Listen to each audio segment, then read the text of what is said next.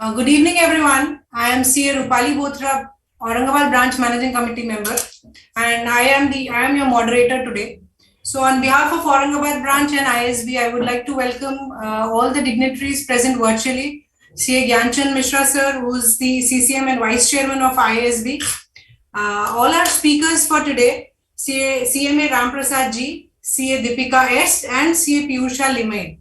I would like to welcome all of you and all my delegates on behalf of Aurangabad branch of WRC of ICI, and I would like to thank IASB for accepting our request for organizing this session and helping us to update ourselves with the current and global trends in internal audit. To start with, I would like to request Aurangabad branch chairman CA Yogesh Agrawal to give his opening remarks. Over to you, Yogesh. Thank you, Rupali ma'am.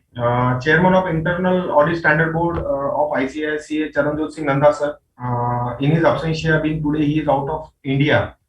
And Vice Chairman of ISB, CA Gantt Mishra sir. Today's speakers, CMA Ramprasad ji, CA Piyusha Limaye ma'am, CA Deepika S ma'am, my branch committee member and moderator of today's VCM, CA Rupali Bothra ma'am, Secretary Kedar Pandey, Treasurer C. Amul Goda, Vikas Chairman C. Mahesh Shindani, Vice Chairman C. Ganesh Balera of Aurangabad branch, seniors in the profession and my CA friends. Very good evening to all of you. First of all, I express my sincere thanks to IASB board for granting permission to host this virtual event in very short time. And special thanks to Arun Agrawal sir for coordinating all the related activities related to this VCM. The VCM is specifically on global trends in internal audits. Friends, today's business environment has become increasingly competitive, and every business is exposed to certain level of risk over the course of life.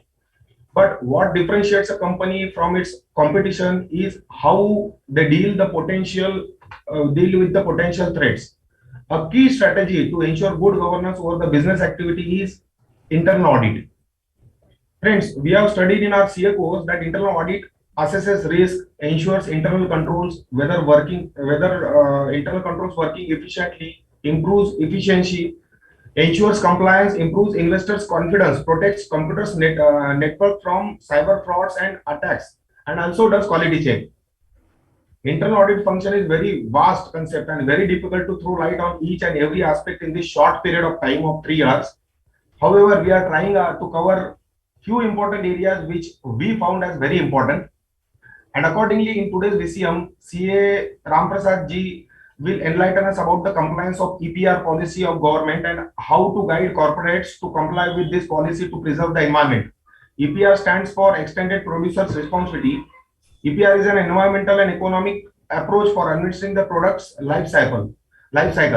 In second session, we will be enlightened by Piyusha ma'am on how to build internal audit function within the company and which is the future of any organization. In the third and last session, CA Deepika will enlighten us about the tools and techniques for conducting internal audit innovatively. With this short submission, I once again welcome you all for today's VCM and wish you all a happy learning.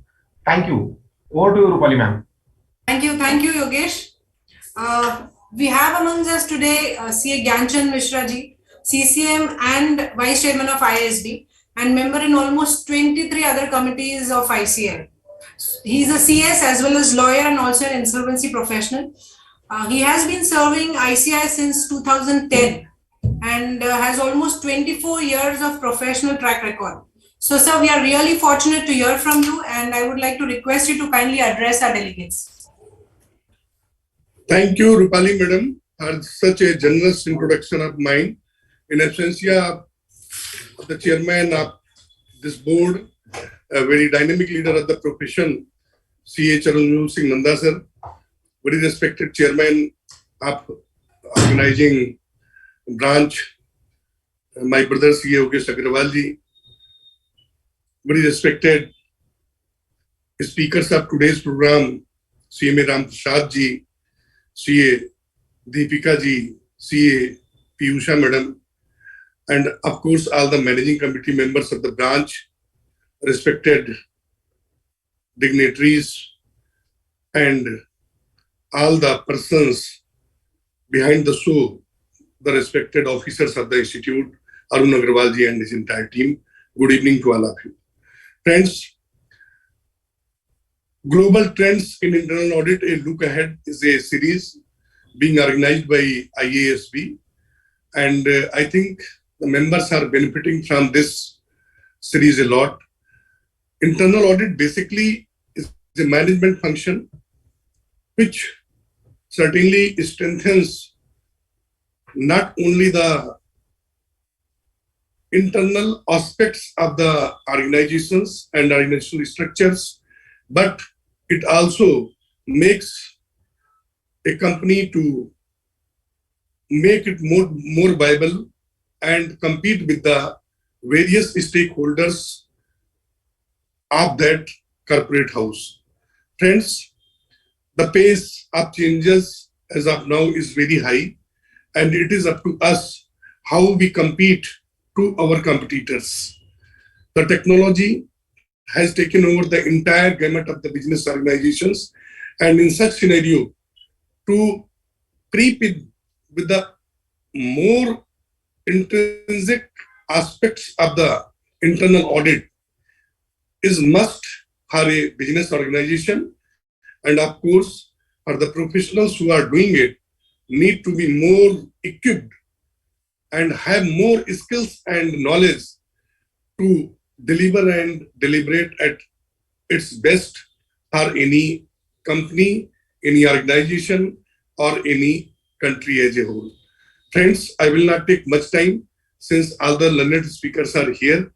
I just compliment to the branch for taking this initiative and organizing such a wonderful program in the interest of the members at large.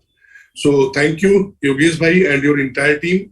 I'm sure that the deliberation of such learned speakers is going to benefit members to carry out the internal audit function and make it really a representation for the management who can contribute in making the profitability at better level and also the risk factors at reduced level. Thank you, the board members and officers and the branch for taking this initiative. Thank you. Thanks a lot, Gantt Chart sir. So today we will be having 3 sessions on various topics of internal audit. To begin with, we have amongst us our first speaker for the day, CMA Ram Prasad ji, and he would be enlightening us on internal audit EPR. So just a brief introduction about Ram Prasad sir. He started in Ashok Leyland Limited and internal audit in the year 1997. In 2000, he moved to L'Oreal India in charge of branch finance, and later he joined Colgate in 2005 and has worked in various profiles like budget and planning, sales finance, treasury and plant finance, and he has handled greenfield project in Sri City. Currently, he is heading the internal audit function there. So we are fortunate, sir, to have you amongst us on a topic like internal audit EPR, and we are thankful to you for accepting our invitation. Over to you, sir. The session is over to you.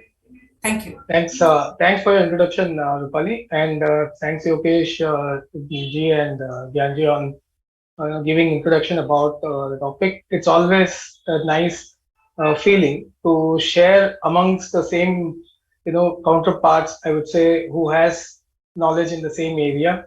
It is always a honor to speak in CA Institute on whatever knowledge which we have gained over a period of time.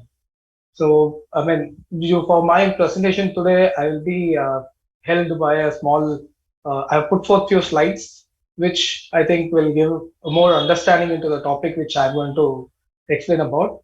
Before that, with what experience I would have, I would have gained over a period, one thing which I can very surely say, knowledge can be imparted, it can be trained, but audit is a skill. Not everyone get it. For auditing, you need to have that common sense.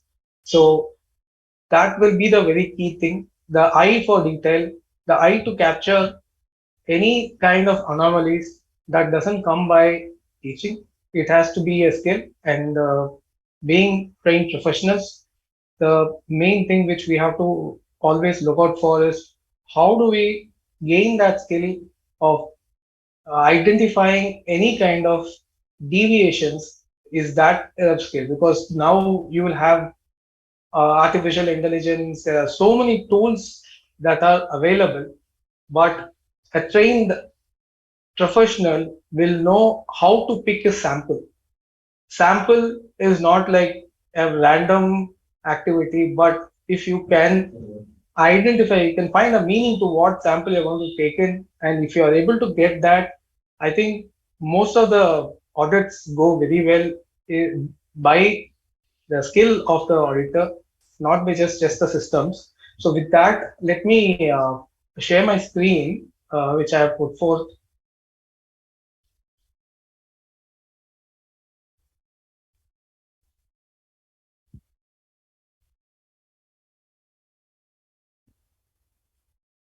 So I mean, anyway, just now before Yogesh, I also had mentioned about the full form of EPR.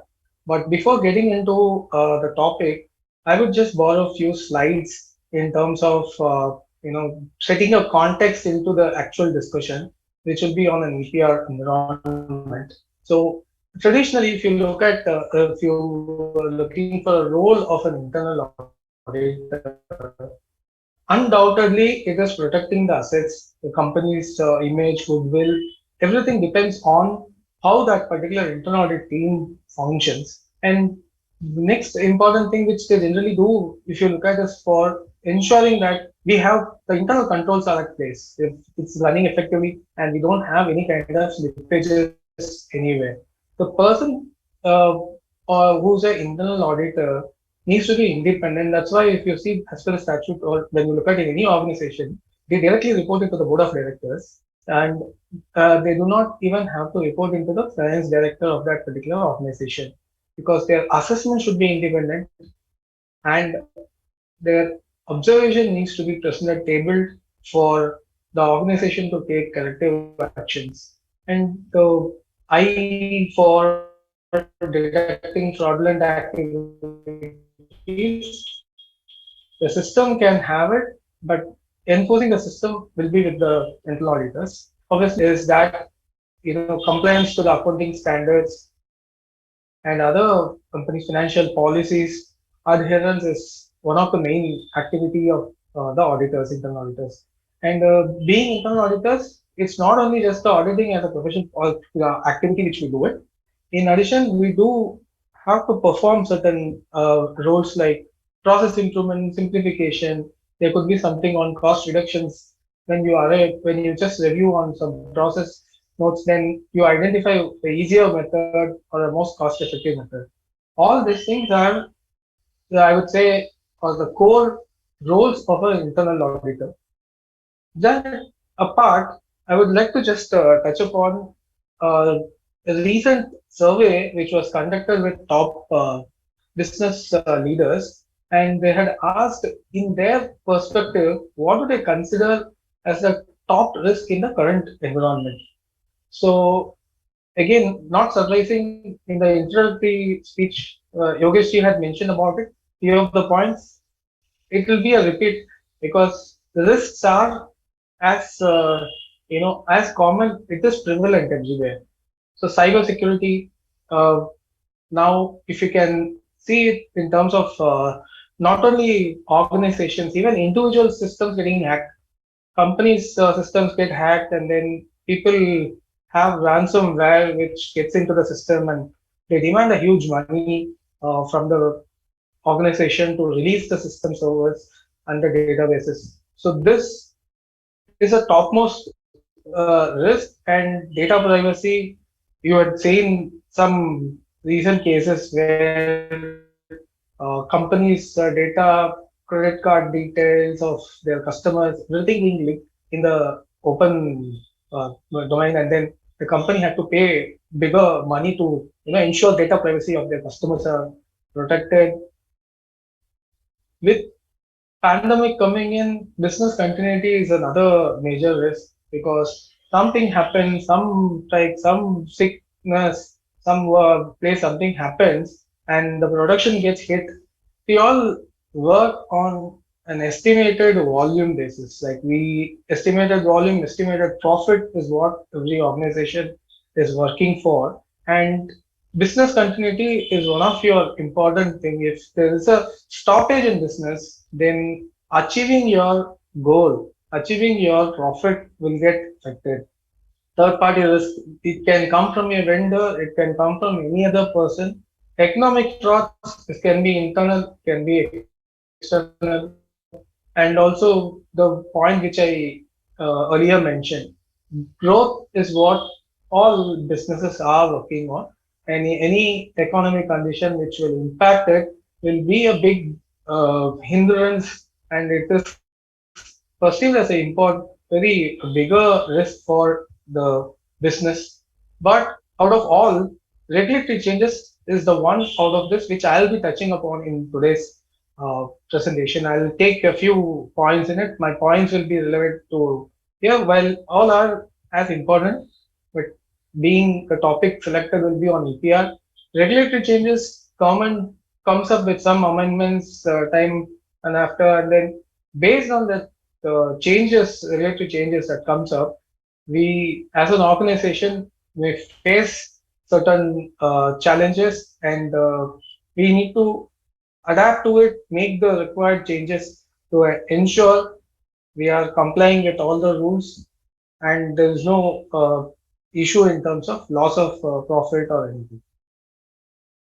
So just to categorize risk, we generally categorize risk in three headings. One is preventable, second will be strategic, and third will be external. Let us for a moment understand what is the perspective, what is it being mentioned. Preventable risks are all your internal risks, something coming from your employee nexus with a vendor, they're trying to fraud the system and pocketing some money. So these are avoidable. How do we bring in controls here? How do we mitigate? Because mitigation of risks is the primary thing here. So how do we bring in some kind of a thing? Is the culture that we build in into the organization is very important. So how organization define their vision, mission, guiding principles, and then bring in the value and belief system. In addition, they have a proper standard operating procedures, a robust internal audit system and control can help in terms of putting forth control and mitigating the risk of preventable risk, which is internal in nature. Next is a strategic risk. Strategic risk as such doesn't mean anything adverse. What I would like to mention in this is strategic risks are risks that companies take. Like for instance, you would be aware of Apple, who are manufacturers of computers. They were moved into a manufacture of mobile phones. Any organization which extends their strategy into a new area, obviously that comes with a lot of risks. You will have already existing players. So how do you ensure we don't have a big hit to the cost? That will be determined by what kind of resource we had, what kind of key risk indicators that we spoke about, how is our team trained to ensure they review and come out with what will be the different aspects of uh, when we get into a new one, if something goes wrong, how it has to be managed. That kind of a model needs to be put in place for a strategic risk. But now, again, out of all the three, I'm now again concentrating on the external risk. As mentioned, it is external. It can come from vendor, it can come from government ruling. Here, it's very difficult, but only thing is we have to mitigate that particular risk. How do we do it? They mention about wargaming, scenario planning. So these are instances. Generally, what happens is they identify the methods which can be prepared. What kind of, if this happens, how do we react? That kind of training, that kind of preparedness, if we have it, that can help you in taking it forward in terms of managing the risk from external factors. So this up to this is just an introductory sessions into it. Now I'll be slightly moving into the core topic. So I would like to just change the topic into and give a preempt into what topic I'm going to speak about. First is on evolution of packaging. So any person who have been brought up around the 80s, 90s would have remembered that when we go to a restaurant for ordering food, the food used to be packed in banana leaves. I mean, at least from the southern side, I hail from southern side, and they pack it in a banana leaf. And I don't know, but even we might have seen it. Our parents would have seen this particular one. On the right, you can see in the past, medicines were not over the counter in tablet form or the bottled tonics and other things. Doctor prescribes a mixture, and the pharmacist is as important as a doctor. So when you go into that particular pharmacist, they will mix certain chemicals to develop a medicine, and you have to carry your own container to carry this medicine mixtures, which the pharmacist mixes just before and then they shake and then they pour it into your container. Similarly, you will be seeing another example of oil purchases. Again, this in the 80s up to in the 90s, beginning 90s, we did not have this concept of packaged oil packets and thing. We had a wholesale oil vendor where you need to carry your own utensil or a container to carry it. As a kid, I still remember the biggest challenge which I had was when my mom used to put one container on my right hand and one on the left. She'll say this on the right is groundnut oil and left is going to be your till oil, the ginchili oil, that particular one. Then you remember to bring it. So on the way, you keep memorizing right is groundnut, left is this. But regardless, whatever you memorize, the moment you see the shop owner, you get blank and then worried which side, which container, which oil to pick. But the point what I'm trying to make here is those were of older times, and our good old yellow cloth bags, which were used as carrying packaging cloth. If you go to any of the cloth merchant, they used to pack their cloth into this cover with their branding, and they used to hand over to the people. So this was the packaging in the past. But when distribution was a challenge, because now you have one vending place and everyone needs to go into that place. The logistics of getting into one service provider, all the buyers were not an economic viable solution. So businesses brought up with some packaging solutions by which it can reach with Zomato's, Swiggy's and things coming up. Now the restaurant industry is at your home. You order and in 15 minutes to 30 minutes you have the food served at your desk, at your table. So for all this, we need to have certain containers which can leak proof, which can keep things safe. So slowly the packaging came up. Oil started coming uh, in a packaged food items. Like for instance, a person from Delhi would like to taste the Kerala banana chips cooked in virgin coconut oil. Now it is packaged, and when he or she is ordering in Delhi, this food gets delivered at Delhi from Kerala, very authentically cooked. So all these things were made possible. The distribution, the main thing in this particular century is distribution, logistics. How the stock, how these goods producers can go into your customer's home is the biggest challenge. And these packaging solutions helped in moving the goods and increasing the distribution while making more turnover and increasing the profit of the businessman, in turn, the public who invest in that particular organization. With that, let's see what happened because of it. Over a period of time, due to so many plastics and things which went into the market, into the environment, government found it a big menace. How do they clean? How do they ensures these much waste are properly managed. So the Ministry of Environment, Forest and Climate Change came up with an amendment to the Plastic Waste Management Act in 2018, in which it said the multi-layered plastics. I'll just explain what is a multi-layered plastics. If you have to visualize your ointment tube or your toothpaste, the tube which comes with is a multi-layered plastic.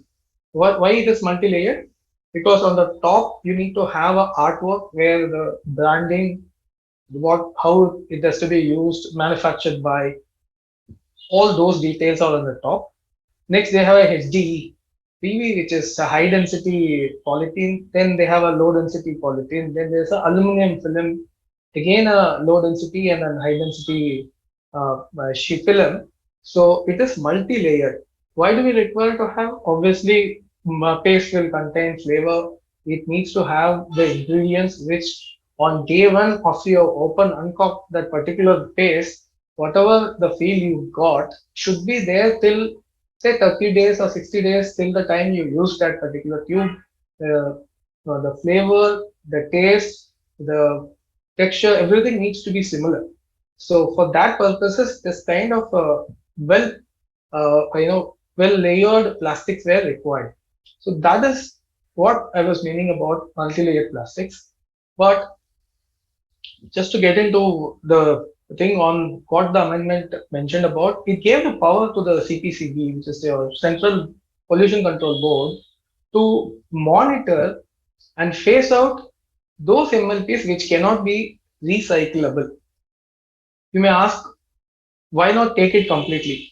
See, the technology of packaging and adapting to this change has happened. Every industry is now dependent on these plastics. So what best we can do is to avoid no more damage to the environment while the business should not impact. So what they mentioned is as long as you are able to recycle your MLPs, your packaging materials, then we are fine. You become waste neutral organization.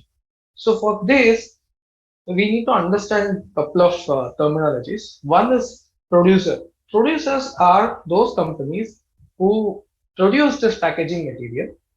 Brand owners are those companies who use this package material to put their product, pack it, and sell it to the end consumer. So producers and owners. So this particular amendment did not restrict the responsibility to the producer, but extend it up to the brand owner. That's why it's called extended producer responsibility. It doesn't rest only with the producer. The responsibility is extended to the brand owners as well. That's why EPR. So this is the definition of this particular topic. Now, very interesting. I would like to explain. We may, I mean, even before I was involved in this particular process, did not know people were making gold out of trash. Basically, what I mean is these days, trash, the waste is a huge money builder. I'll explain to you in a moment how is that. So you will all be aware in most of the places you have small civic Signora, some small agencies who come and collect from establishments, from homes, wet waste, dry waste. All these waste are collected and they get into the ULBs, the urban local bodies. For people who are in Mumbai, BMC has dump yards in different parts of the city where all the trash waste are stored. You can see heaps of waste. So they have segregated organic waste are separately disposed of. Inorganic ones, all this dry waste will be kept in a particular place. So now what happens to that particular waste? Because in the EPR, what is the crux of it? Is that they have made certain organization who are called WMAs. All the terminologies in the next slide I'll explain to you once again, but let me mention it. WMAs are waste management agencies who pick these dry waste from this ULBs free of cost. They just pick it from here, take it to their collection center. In the collection center, the role is to segregate the waste. So the waste which comes from just a dry waste can have old clothes, thermocol sheets, MLPs, RFTs, multi types of material can be in that particular trash. So all that are getting segregated because, for instance, I mentioned there's a aluminum thing in it. The tablets that you consume when the top layer, that cover has aluminum in it. So first, all this waste are segregated into which from where aluminum can be segregated, from where plastics can be the polythenes in there, from there the food packets, all your snacks packets which comes up, biscuit packets, covers. From that, it is compounded, chemically treated, melted, and again regranulated, and that granules are sold again in the market for manufacture of some plastic products. So if you see, have we reduced the footprint? Yes. Have we completely eradicated? That will not be possible. But what has happened is whatever has gone in comes back re-evaluated, used for further manufacture, and then only whatever is there in the market now gets circulated. There are another method, the one which I mentioned is recycling. There's another thing which called reprocessing. Reprocessing, we have to have a terminology called WTE, which is waste to energy. I'll just explain that also in the next slide. But again, in that scenario, what happens is from here, the goods go into a cement factory wherein that particular waste is fed into the furnaces as fuel. The furnace is burnt, is heated up with these particular products, and by burning, cement or other products are being manufactured. But this waste is put into the furnace as a fuel. So by this also the footprint is reduced, like whatever amount of waste is getting reduced. So you may wonder, I've mentioned so much about the waste management. Why is it and how is it connected to internal audit now? You have to understand a normal company nowadays, like for instance, you take any FMCG company, sends into the market around 10,000 tons of packaging material based on their finished goods that they are selling in the market. Over a year, multiple states, 10,000 tons, say is sent. The WMAs collect 10 rupees for clearance for a kg, for 1 kg of waste management. They charge on an average 10 rupees. Some this has high as 25 also in some states. Some places you may get it cheaper based on competition. If you're just paying 10 rupee per kilo, we are just mentioning about 10 crore business from one organization for a year. Imagine the number of organizations who are in India and amount of growth it is expected. That is the volume which we are expecting in terms of this particular industry. And in the next few charts, I would surely be touching on what are the challenges and what are the documentation controls which we need to do. But before that, as I mentioned earlier, let's see the glossary of few terminologies and stakeholders, which I had mentioned earlier. Producer, the company who uses MLP for their product, obviously. Brand owners, any organization which uses this product in their for packaging their products. You will be urban local bodies like BMC, Pune municipality, who receive all the trash and then from where the WMAs lift these things from. So WMAs are your waste management agency. LDPE is low density polythene. HDPE is high density polythene. WTE is waste to energy. So these are few of the terminologies which we wanted to explain to you. Now comes the control. Before getting into the control, the traditional method in which any expenses will be processed in an organization is that organization issues a purchase order on the vendor, in this case WMA. Vendor will submit the bill. But here, the Act mentions that if you have sold something in the state of Kerala, say 1,000 tons in Kerala, you have to get back 1,000 tons from the state of Kerala. So imagine the spread of effect.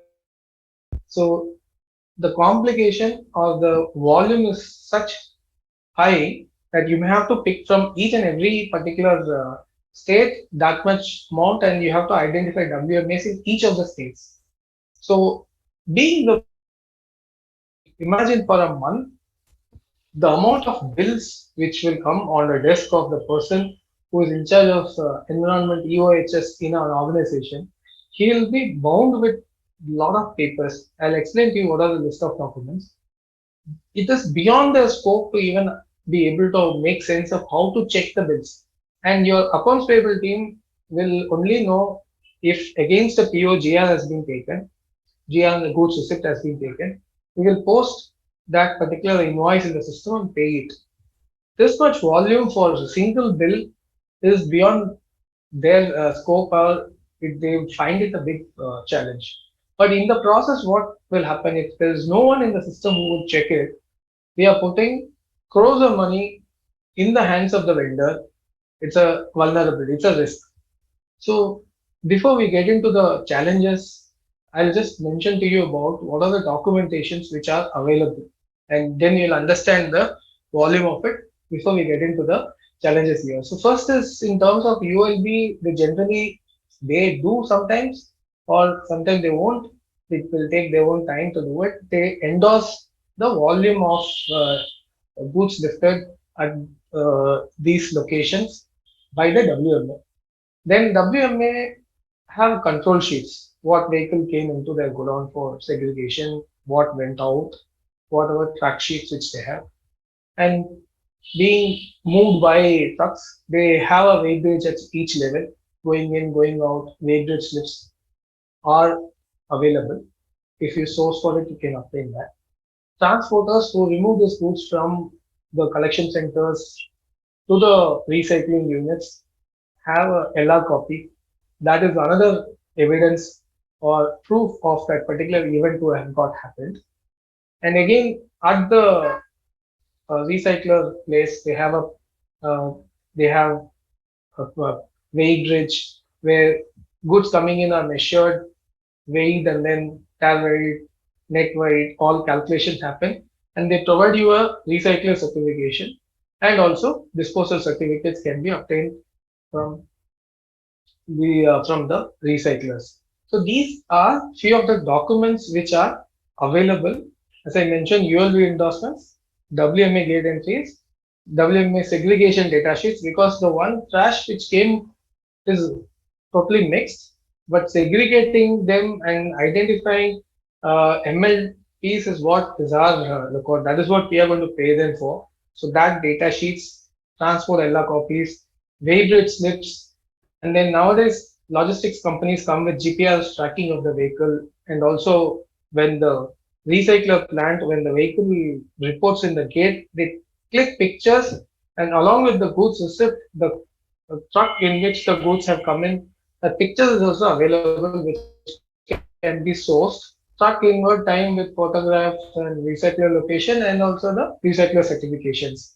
But having said all this, the major challenges are something which are there for the taking. You will know that this is a new and a very unorganized sector. Uh, I will mention few things once I completed with all the points. It is a very unorganized sector managed by some people who have very good relationship with the government bodies. So what can go wrong if you think it will go wrong there? So this is a very new and unorganized sector, but crores of money is involved in the hands of WMA. Endorsement from government authorities for the transaction. If as a evidencing, if that particular organization wants all the document to be endorsed by a government authority, it will not happen. But even for that to happen, there is no standard format till now in the market. They don't have a process or a format, and the timeline is not mentioned. Timeline when that particular ULB needs to endorse it is not clear, and then who is the signatory who's signing it. When you have proper signatories, only so much of frauds can happen. Here in this case, somebody is going to initial that particular document to the WMA. So there is no clarity of who's signing those documents. Again, a risk for the business. Wider applicability, again, as I mentioned, multiple states, if we have sent the goods out into, you have to take back the goods from multiple states. So the applicability is wider, and not to mention in most states the GST complications. You issue it become intra, inter, GST, IGST, SGST. All that challenges will be another part to handle it. Again, in terms of certification processes also, they don't have a unique numbering or a QR codes system to ensure if one particular certificate is used for one organization or it is misused by the WMAs or the recyclers to issue it to multiple organizations. So the vulnerability is always there. And in terms of the volume of transaction, you mentioned, I mean, I already mentioned 10,000 tons, 25 to 30 states, places from there, it needs to be removed back. So you can see the complexity and the nature and the volume of transaction for a single month of compliance.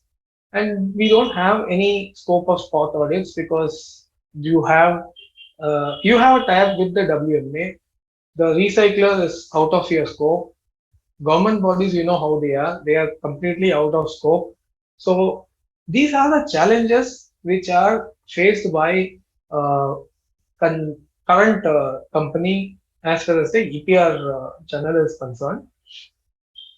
As I mentioned, with the existing UOHS team, if you are expecting them to handle such cases, it is not going to happen.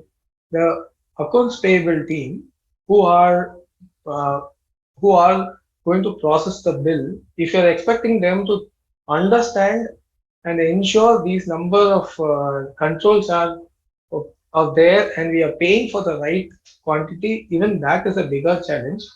So how do we manage it as internal auditors? And as I mentioned, the initial few slides which I mentioned, if you have to just pick the important pointers which I had mentioned, we are to protect our company's assets, and compliance is also part of our responsibility. If tomorrow, if any of your WMS falter, they had entered into some fraudulent activity, end of the day, who is at fault is we are not complied. If we are to do 10,000 tons and we have done only 6 and 4 is disallowed, so for that particular year, the non-compliance is with the brand owner, not with any of them in the channel. Everybody is kind of not they are all protected, but when it comes to complaints, it's with the organization. And this is one major issue. How do we manage it? So audit, that's why when you have to have, this is a very new area in any of the organizations, maybe in a very smaller stage now, but we need to have some auditors as internal auditors with our experiences. We need to review this, put forth uh, put forth controls, ensure the things are properly managed.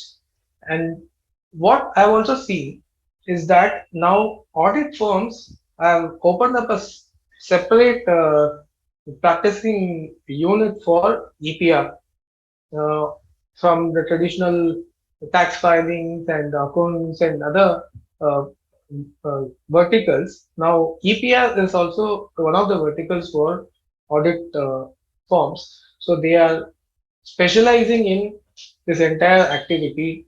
They support the companies with the due diligences before the WMA is picked, whether to ensure all they have all the relevant waste disposal certifications, approvals, uh, all other GST regulation, registrations, all that they check. Plus, the entire documents are reviewed by this audit firms, and they prepare a dashboard. Any shortcomings, any documents, they act in between the company and the WMA. They do perform spot audits. They get into the segregation plans of these WMAs. They perform it. This is a big area and it is growing. It's going to grow because the volume. Every organization wants to grow by a percentage, and every organization which deal in packaged material will have to comply with this particular one. So with that, if you look at it, so this particular role will be very, very essential to see whether we review and identify all the proper controls are in place. This is one of the important aspects, and also to if you find any kind of anomaly in the process, alert the management, identify any frauds that are committed, and set up a robust system of internal control. If someone's record is being checked, how do we ensure that money paid to the WMA, whatever the organization pays, it has to pay for a genuinity. And in the future, any kind of audits by government authorities, the organization will be held responsible. Our periodic return submissions, everything should be put forth, and that will all be included in a robust system. And obviously, as an audit function, we should support in the due diligences before a person is onboarded to see what are the businesses or the firms which the person is already in, whether all this documentations make sense. When you visit these premises, just ensure that the person, the audit firm, sorry, the WMS seem to be objective oriented. All that can be reviewed, can be updated to the management in terms of how we do it. So in a conclusion, what I would mention is business is getting tougher. It is us who need to be always be prepared. For that to happen, the auditors play a very, very important role in ensuring that we control, we ensure, and we keep the organization always be prepared for any kind of external risk. With that, I would thank once again for giving me an opportunity to explain to the team what is EPR and what are the challenges and what are the opportunities for the profession. Thank you everyone for, and thank the Institute for giving me an opportunity. Thank you. Thank you very much, Ram Prasad sir. It was indeed a very simple and wonderful presentation with practical examples. And I am sure all the concept of EPR of all our participants would have been very clear with all your presentations. Thank you very much, sir. Thanks a lot. We'll be taking the question answer session at the end.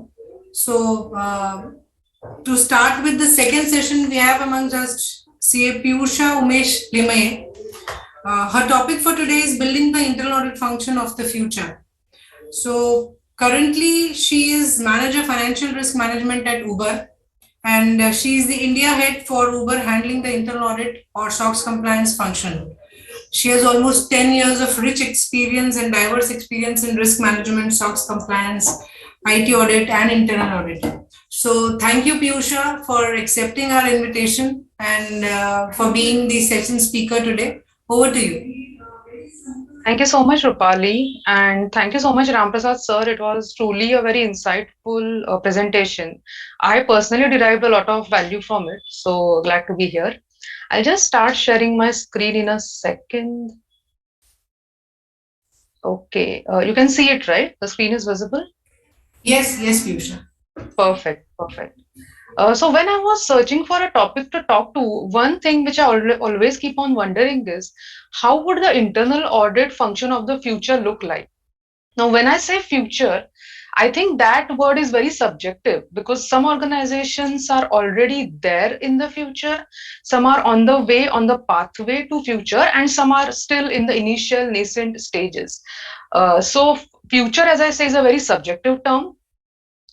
However, I would, in this presentation today, for the next 40 minutes or so, I would like to add value and touch upon certain elements, 3 elements to be precise, which are important, and I consider that they would be extremely essential in building a strong internal audit function of the future.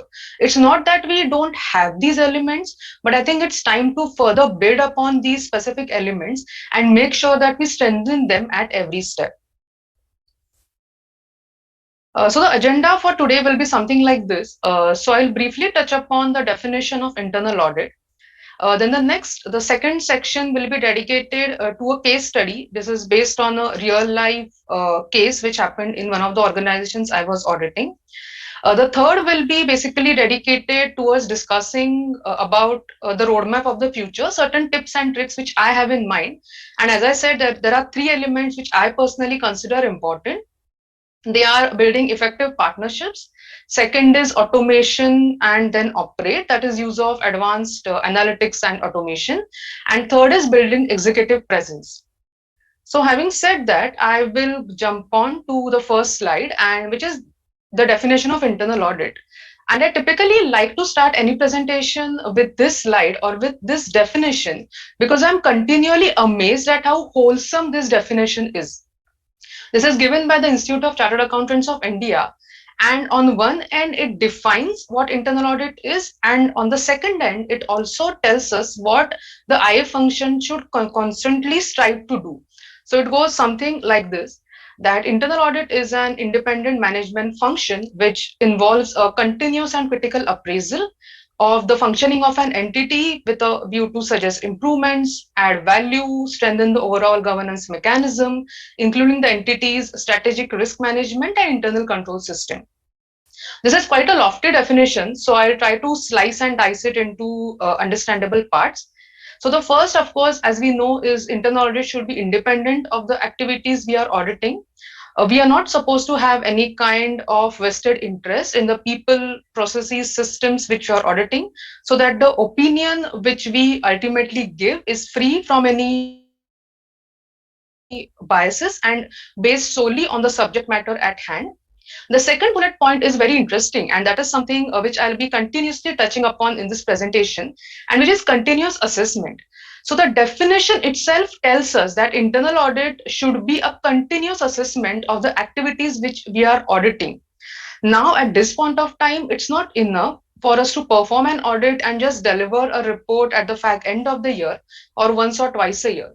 The management expects us to continuously understand, apprise of the process we are auditing and give them constant updates, because considering the recent changes in technology, in people, processes, with mergers happening, acquisitions happening, divestitures happening, the entire macro as well as micro environment has become pretty volatile. So in such a situation, they want to be constantly aware and make sure that the opinion which was given by us, like say 1 month back, that still holds good. The third bullet point, again, I would say is kind of a segue from the first one, that it is a management function. It is a high level of objectivity which is expected from us. So along with the professional qualifications which we have, our experience and expertise is of equal importance as well. So we are expected to be subject matter experts, and if we don't have that expertise, then we are supposed to bring that to the table and then deliver value. So that is expected from us. And the same way Ramprasad sir mentioned that the way internal audit is positioned is pretty unique. So we have a direct reporting line to the audit committee. At the same time, we have a dotted line reporting to the CFO as well. So whatever we are presenting, that is held in the highest possible esteem. And that is what the fourth bullet says, that we are providing assurance to management on the effectiveness of risk. The second last bullet point is again extremely interesting, and that is what I was telling before. It is dynamic and ever evolving. Again, considering the recent shifts in the economy, in the changes which are happening, internal audit as a function cannot remain static. We have to constantly evolve according to the changes happening. It's not enough to say that, hey, this is my checklist, these are the skill set I have gathered over the ages, this is my team, and we are going to do the same old thing which we have been doing for the last 5 years. No. If you are of that mentality, then I think you will become extinct pretty soon. You have to constantly think of out of the box solutions, I would say, new technologies, new skill sets to make sure that you match the pace with which the organization, the economy is growing, and the way you are auditing a certain process, a system, or even an entire organization. And again, this is where I will just do a bit of a segue into the future. If we have to achieve this bullet points, if we have to be dynamic, ever evolving, if we have to have that level of continuous assessment, then it's extremely important for us to think ahead of the times and adopt new technologies to assist us with our functionalities. So this was the definition of internal audit, and as I said, I always like to start with this definition because it provides the perfect setting with what all is going to follow in the presentation. So I'm going to begin with a case study, and this is a real life incident which happened, I think, 3-4 years back in one of the organizations I was auditing.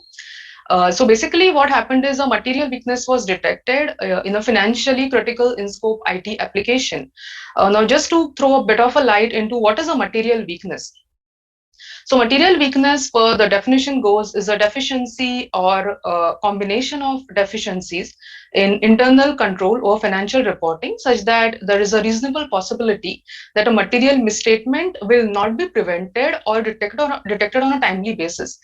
So I think it is the word most Sarbanes-Oxley auditors hate because nobody wants a material weakness on their financials. It is the ultimate failure of your internal control system. And the worst part is that it has to be reported on the 10K, the 10Q. All the investors know that your organization has a material weakness. So it is absolutely essential to remediate it. And that is, of course, the next piece which I'm going to talk about. So what happened in this particular organization was, this organization was a new organization and it was big on mergers. So they were acquiring a lot of companies. And during one such important or material acquisition, they acquired a legacy application. So this application, I think, was in use for a long period of time. It was not as developed as the new applications we have as of now. So this was a new application relevant to revenue processing.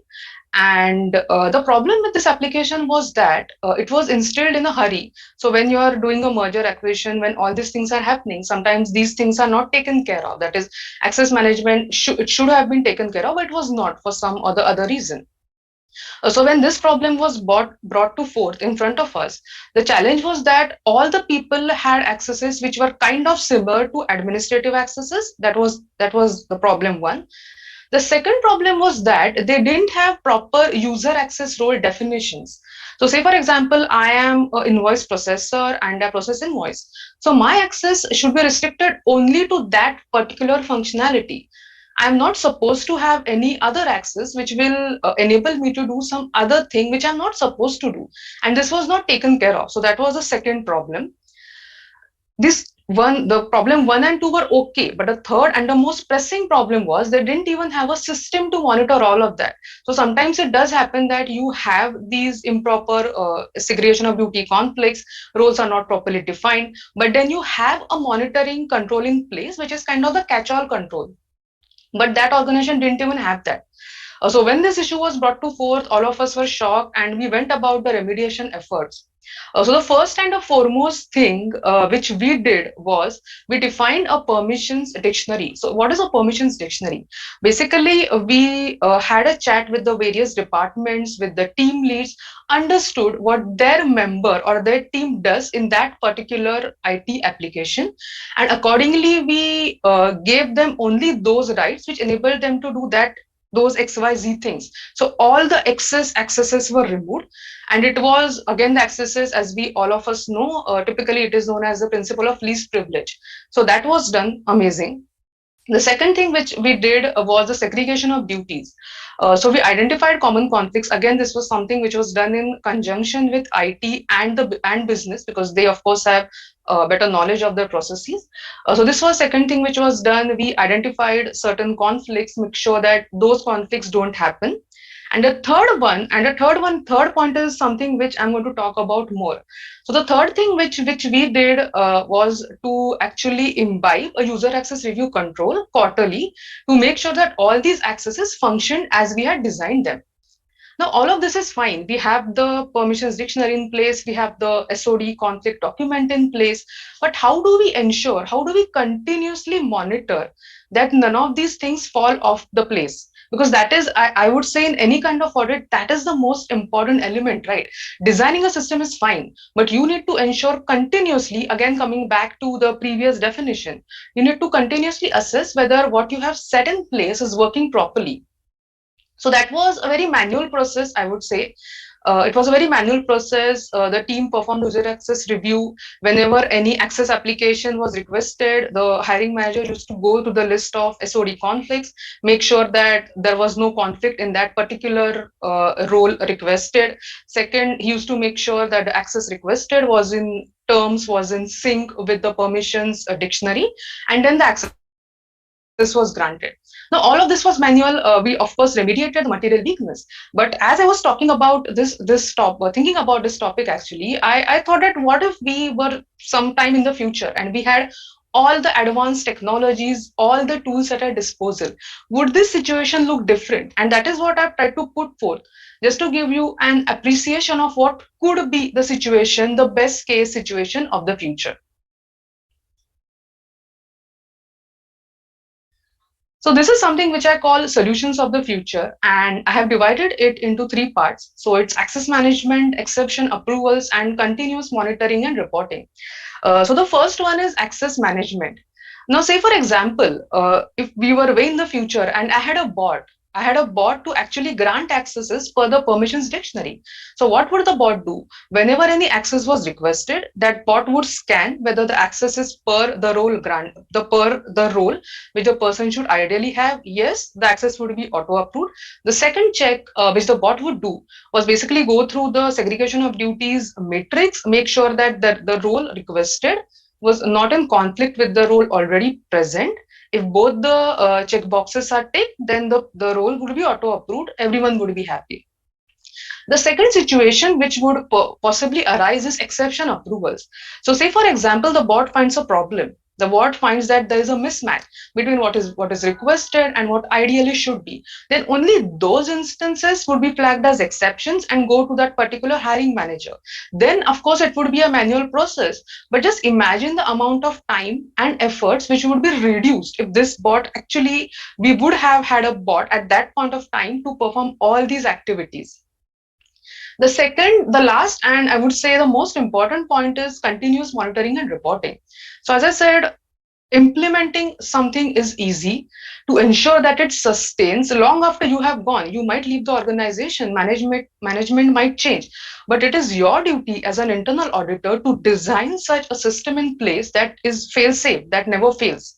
And that, I think, is another point which I will be touching upon in the further slides. So continuous monitoring and reporting, there is a possibility, there would have been a possibility to have a trend analysis. So say for example, we implemented the bot in January, we could churn out regular reports at regular intervals, which would give the management some kind of assurance saying that, hey, for the initial 3 months there were a lot of manual exceptions which were needed to be handled by the team, but as time progressed these exceptions have reduced and everything is per what is requested and everything is working fine. So that particular report would have given certain level of assurance to the management, a kind of trend analysis report. And the beauty with these dashboards is that they are live dashboards. So whatever is happening at the ground level, whatever is happening in the weeds, that gets automatically reported. The management gets a bird's eye view, the auditors get a bird's eye view of what is happening, what is not happening, and on the basis of that they can make good decisions or at least gather that level of comfort.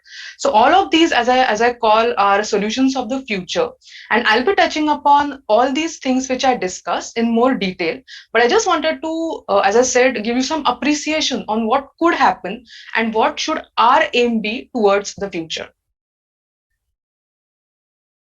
So I'm going to spend some time on, as I say, designing the roadmap of the future. Again, these are just three elements. There might be countless other elements which all of you experienced people might know. But this is what I consider pretty important, and this would be the base. We can always build upon it. So the first and the foremost thing which I always I'm a strong advocate of is building effective partnerships. Gone are the days, as I always keep on saying, gone are the days when internal audit used to operate in silos and it used to work. It's not the case anymore. You have to be visible, you have to be present, you have to have that foresight. So only having insight and performing the work in hindsight is not enough. You, as an internal auditor, need to build that acumen of having foresight, of anticipating risks even before they can happen. And a classic example of that, which almost all of us have experienced, is the work from home situation, which is still going on and which was pretty much in boom since the last 2 years. When work from home happened, it was good for the employees, it was a necessity at that time. But you, as an auditor, of course, must have thought of the risks more on the cybersecurity side, which would come into place because because the employees are sitting at various places around the world. It was not even restricted to a particular place or a particular region, but they were spread all across the world. How do you ensure that your data is safe, protected, there are no risks of any sort? And that is just a tip of the iceberg. There are many other situations, like say for example, I recently heard that there is an internal audit department in one of the organizations which basically helps to analyze the mergers and acquisitions which the company is planning to do. So in that case, they are partnering with the business and helping to take strategic decisions, and that is where we should eventually go. Of course, this is not an easy ride. It involves a lot of experience, I would say, because all of us have that audit acumen, but we need to build a bit of business acumen as well, and that is where it comes into play. So I'm going to tell you just three simple techniques, or maybe three simple steps of building effective partnerships.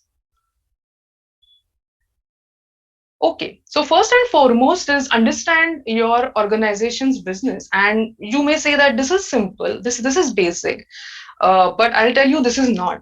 I joined Uber, and before joining Uber, I thought that, oh my God, they have a very simple business model, right? What's there to understand? Everybody, each one of us has used Uber at some point in time. I think it's pretty simple. It was not until I joined the organization, I understood the entire revenue process. And then I kind of gained appreciation that what is the level of work, or what are the applications working behind the scene when I book a cab to the point I step out of that cab. There are different applications for calculating the upstream revenue. There are different applications for the downstream applications. It's a very complicated process. I would say it is the exact opposite of the ease with which Uber has made our lives pretty easy.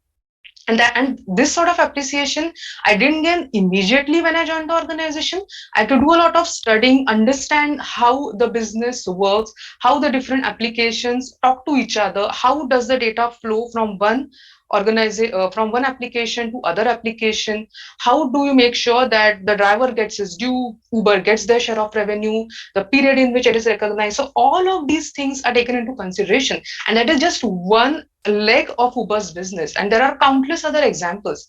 So when you want to build an internal audit function of the future, your first and foremost responsibility, I would say, as an internal auditor, is to understand where the revenue is coming from. If you know how the money flows in the organization, you are naturally in a better place to do that. And there are many ways to do that. So one of them, of course, would be reading through the process narratives, talking with people. I have found that having discussions with the people who are actually in the business is a great thing to do. There is only so much as you can gain from documentation per se about reading about it. But once you talk with people who are actually involved in the process, you get a lot of insight. Once you have established your place, once you know exactly what happens in your organization, what is the current situation, what is the organization's mission, vision, everything, then you can easily pivot to the second bullet, the middle bullet, which I have mentioned, and that is help identify inefficiencies. So that is the reason I place it in the middle, because till you understand your organization's business, till you understand how everything flows, till it finally gets reflected on the financials, you won't be able to achieve point two. So you won't be able to identify inefficiencies if you don't know the process. So once you're there in the process, help identify inefficiencies. And that is the beauty of internal audit, right? or rather an internal auditor, we as a department, we as a function, we even as an individual are positioned in such a way that we have a 360 degrees view of everything which is happening in the organization. And just to give you a classic example, a very simple example, but I think it will explain my point to better effect. We have the classic HR termination control, which ensures or which ideally says that any person who is terminated, their accesses should be removed within 48 to 72 hours. It differs from organization to organization. That is a common control we have in place. Now, what happened in one organization I was auditing? I was also auditing the mergers acquisition process, and I knew that they had a recent merger with the organization, and for that purpose, they had onboarded about 150 to 200 contractors. And when I was auditing this HR process, I just noticed that I just did a simple VLOOKUP. I had the dump of the contractors from that mergers acquisition thing. And I noticed that the HR system didn't house these contractors. They were housed in some different system. There was no amalgamation of what is happening in system A versus the system which housed contractors. And my worst fears came true when we did have an observation which states that the contractors were not removed on time. And then we had to do the entire exercise of bringing them to the main HR system, which was Workday, and then follow the same process. So this happened, and again, a very basic, simplistic example of when you have vision into, when you have insights into different processes, naturally you can gain that knowledge, you can gain that expertise, and leverage the good things in one to another. Another thing which is which we should always aim for is cost recovery and cost saving measures. I think that is something which the management is always interested in and which they want us to achieve. So whenever you find any such avenue, do discuss with your management, and it will definitely lead to a fruitful solution. The last point is basically bringing it all together. So whatever information you have, consolidate it. You may be doing a lot of other things. Talk with people, collaborate, and deliver. And as I said, this is not something which will happen overnight. It takes a lot of patience. It takes a lot of study. It takes a lot of homework on your part as well to be in that position when the management can trust you. I mean, it should be the case when they are saying that, hey, we have implemented this new system. Can you please make sure that it is giving us the right ROI? That is the actual dream where we want to be when the management is coming to you proactively. So it is up to us to build that credibility, to build that confidence, because that is ultimately what the future looks like. The next section which I'm going to talk about is automate and operate.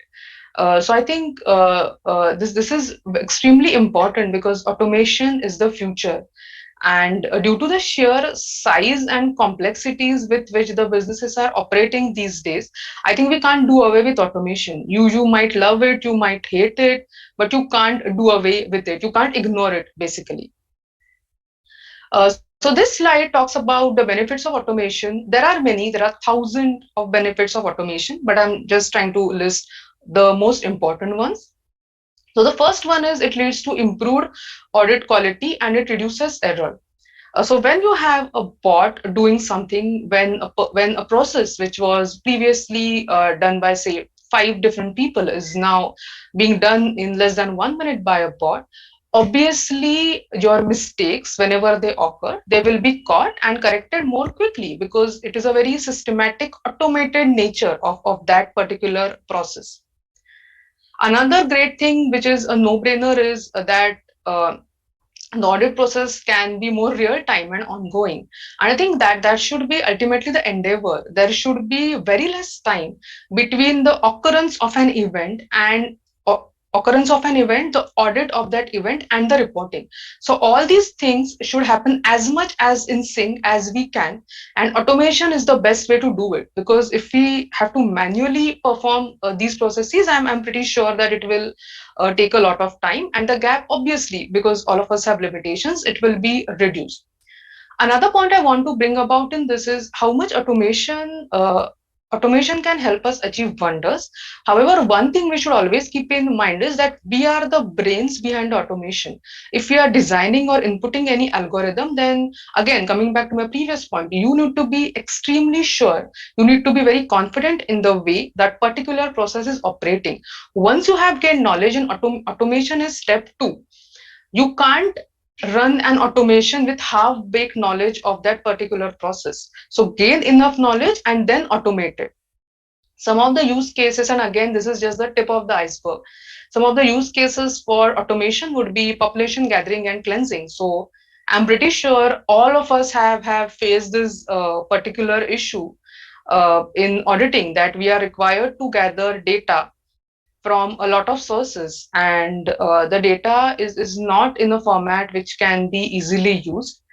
So in this case, it's very important that we get, if we get the data from a bot which is, I would say, in a clean format without us having to spend a lot of time on it, then everyone's life will become easy.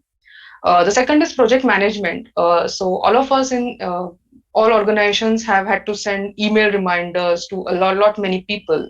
There are surveys to be sent, responses to be gathered, and all of this is manual. There is no workaround around it, except if we could automate it. So if we could automate this process, then again, we as internal auditors could only focus on the outliers without spending a lot of time in analyzing everything. Another area which is risk management is, and this is also interesting because typically whenever we perform any risk manage assessment exercise, we have a definite template. We need to gather data from different departments, from different sources. And if we can do this through a bot, then amazing. Of course, it will require, I would say, a higher level of expertise, or a bit of complexities are involved in it. But still, if that could be done, then I think it would be amazing for us to actually experience what wonders automation could do. Another thing is automating key reports and templates. So uh, in any financially critical application, we tend to have an audit, or we need to make sure that the reports which are emitting from that particular system are working fine. So there is a key report testing which happens throughout the year, and bots can certainly help us with this in making sure that the source code is intact, to gain confidence on the completeness and accuracy of the report. Make sure that if there are any changes in that particular report, then those changes have undergone a proper change management process. So all of these things could be automated. The second advantage here is greater coverage. So one pain point which all of us all internal auditors face, and that is the reason we always say that internal audit can provide reasonable assurance. It is never absolute assurance, because we are sampling something, and there is a very large chance. The chances are huge that the samples which we pick don't have that particular error. Hence, we always stress on reasonable assurance.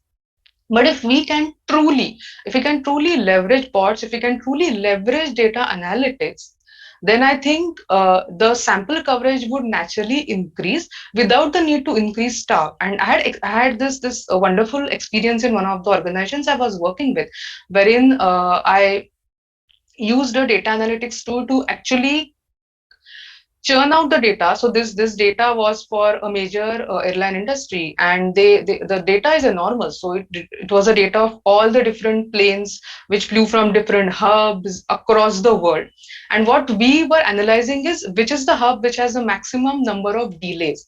And for that, we were I don't remember the application which we're using. It was a long time back, but I think the actual data cleansing took about 15 days, whereas the audit took just, I would say, 7 days. So that was when I just experienced that how wonderful it is, because it's not possible to pinpoint to a specific area and use judgmental sampling when you're analyzing such large data sets. But if you spend considerable period of time in actually coming to a conclusion on a sample which has a particular trend, or where things are not going as they're expected, which has anomalies, which has outliers, then I think the opinion which you give will of course be more robust, more well informed. And again, taking a step back and talking about a definition which I was saying, that ultimately the aim of internal audit is to give reasonable assurance on the workings of the organizations, on the true and fair workings of the organization. It doesn't matter whichever route we choose. So as long as we are satisfying the end goal, it's up to us, and that is a beautiful liberty we have. We can use any kind of advanced techniques to make sure that we inch closer to absolute assurance. Of course, there's a lot of time to actually, this would be a dream for many of us internal auditors, but I think with the use of automation, with the use of these advanced data analytics techniques, I think we are, or we could be potentially on the path of absolute assurance. The third point is better understanding of technology risks. So auditors who use the latest technology are well equipped to understand the associated risks, including cybersecurity and system failures. So what I mean by this is, when you start using different technologies, you kind of understand the associated risks which are connected with it, and then you inch. So we, I think the inherent nature of us internal auditors is, we are not satisfied with the bare minimum. If I'm doing automation, I need to understand all the aspects around it, and in this I think you gain knowledge knowingly, unknowingly. You talk with different teams, because internal audit by themselves cannot prepare a bot. Of course you need expertise, and when you talk with all these people, then you get newer insights. So you understand more about cybersecurity issues, you understand more about system failures, you understand how the IT team is working to prevent all of this. So this is a great conjunction, this is a great benefit, wherein you add to your knowledge base, at the same time improving your own internal audit function. The second last bullet is better resource management. So adopting new technology typically results in more automation. And the benefit of this is that, as I have reiterated a couple of times, when you are using automation, a lot of your time, which was erstwhile spent in a lot of mundane, boring, rigorous tasks, is now done away with. You as internal auditors can focus only on the things which require, which deserve your utmost attention, and which your audit acumen could be put best use to. So that is one good advantage, and the benefit is twofold, right? If you are an organization which is using all these advanced technologies, then naturally you will attract the best talent. And another point to that is, the best talent will stay, and they will always have something new to look forward to. Because if you understand, time is the most precious resource for all of us. If you are going to spend 8 hours, if you're going to spend 6 hours out of 8 hours in doing mundane tasks, then naturally your productivity will take a toll. But if you have the entire 8 hours to actually put on your thinking hats, think out of the box, and come up with tangible solutions, then that is going to benefit the internal audit department as well as the organization at large. So you will attract the best talent, and even the best talent will stay. So attraction as well as retention is a direct impact of automation. The last point I would say is a bit debatable. So lower cost, of course, that is one of the major aim of automation, but I would say that happens after a period of time. Sometimes it may happen once you implement a bot, it doesn't work as you intend it to be. In that case, you might have to pivot back to the original technology. So in this case, lower cost would not apply. But if the bot functions successfully, then I think that is amazing. You would ultimately achieve lower cost, which is the benefit. So as I said, all of these are the benefits of automation, but you need to be sure of the problem you are dealing with, the problem you are trying to solve, in order to make sure that your automation works the way you intend it to be. So this is a small slide I put together on the automation life cycle. So how do you implement a bot? How does it happen? So first and foremost, potential automation ideas are tabled for assessment, and these ideas can come through two sources. So as I said, if you have enough knowledge, if you observe any loophole in a particular process, in a particular narrative, then you can bring that issue to the table and say that, hey, this is a process which I think is too lengthy, too time consuming. It is a potential candidate for automation. The second ask can come from the business itself, wherein the business tells you that, hey, this is something which we are having a hard time with. Is there a possibility of an automation? The next question would be, what are the risks that you perceive? Because you are internal auditors, you are supposed to have that audit acumen. And then all these ideas will be tabled together. Of course, the company has limited budget for automations. So processes will be assessed based on different parameters. So whatever ideas you bring to the table, it's not necessary that all of them will be accepted. So they will be analyzed on the basis of different factors like business need. Does the business really need that automation at this point of time? Is there a burning urgency to do that? Has the business undergone a complete shift which necessitates sorry yeah which necessitates the automation? So all of these things will be assessed, and here I think it's important to understand the difference between good to have and must have. So good to have is something which is great to have, but if you have a business case for a must have automation, then of course that will be on the priority list, and that will be taken care of first. The second is design, build, and test. So whenever you finalize on any automation, you meet with the functional team. Designs are created to detail the functional and technical considerations. Each of this goes through the rigorous process of change management, seeking approvals at different levels. Then the UAT is performed, and finally it is put forth in the production and environment.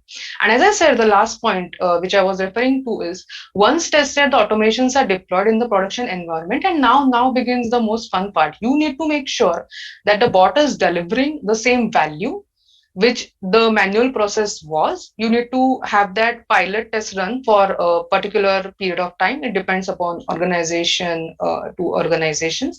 And once that is done, once you achieve comfort that, hey, this is working the way it is, then you kind of perform that cost benefit, or I would say cost savings analysis, and project your value. So the last part is great. I mean, that, as I said, that should be the ultimate aim of any organization. But just in a rare case, it might happen that it's not delivering the value you thought it would be. It's not functioning. Maybe what you thought it would deliver is not happening the way it should be. In this case, you can always pivot back. And one thing which needs to be taken care of here in this case is retain the business knowledge, retain the knowledge of that process, because you are replacing human knowledge, a human expertise with a machine. So make sure that you have your documentation in place before you implement any kind of automation, because you can get as many bots as you want, but once that human knowledge leaves your organization, it will be difficult to replicate it. So this is one point which you should always keep in mind. So having said that, this is the end of the automation piece of it. There are a lot of great tools available in the market, I would say. But again, think about it a bit before you start automating any process. I think a lot of brainstorming needs to be done, not only from an auditor point of view, but from a business angle as well. Understand where they are coming from. Is there really a problem which needs to solve, or it is something which you feel is nice? So once you marry both these thought processes, then go about the entire cycle, because it is time consuming. It does take a lot of time. And but if it is channeled in the right way, then the benefits are enormous as well. Okay, the last portion on which I'm going to touch, this is the last part, is building executive presence. And all of this is great. So we have partnered with the business, we have great automations in place, we are using data analytics to the maximum possible extent. Now the question remains, how are we communicating this to the stakeholders? How are we communicating this in the audit committee, in the steering committee meetings? And that, I think, is a very important part. And the reason I specifically added this point in today's presentation is because I felt the need of it. The way organizations are structured, it's not restricted to one area, one region, one country. If you don't know how to present the audit you have performed or the observations you have gathered to the right people in the right way at the right time with the right amount of information, then all your efforts go for a toss.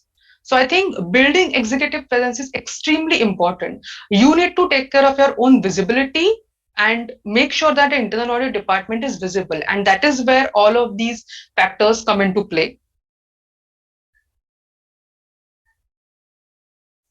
So the question is, why is it so important? And I did touch upon that in brief. So first is decision making. So when you are delivering the right information to the stakeholders, then you are ensuring that the right decisions are taken by them and any issues are corrected. I'll just take a leap back from the material weakness example.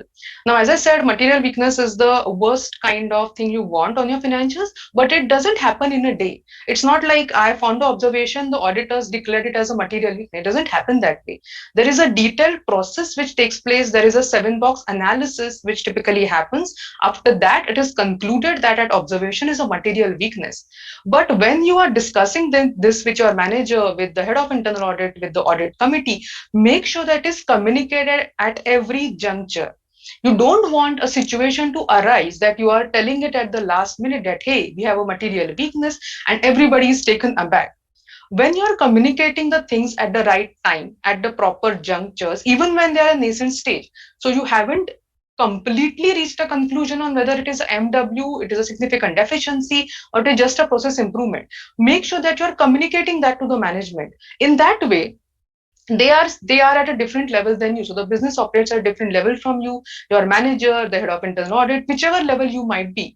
They will have a different thought process. They view the problem through a different lens. So when you tell them about this problem, they have a proactive approach to it. They start thinking about possible solutions in their mind, and that will help when eventually you need to actually action upon it.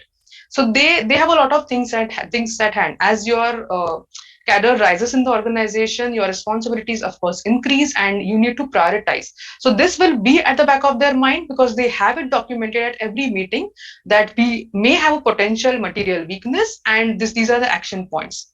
It helps them to effectively plan. So when you are designing a roadmap for the future, it helps them to plan for it.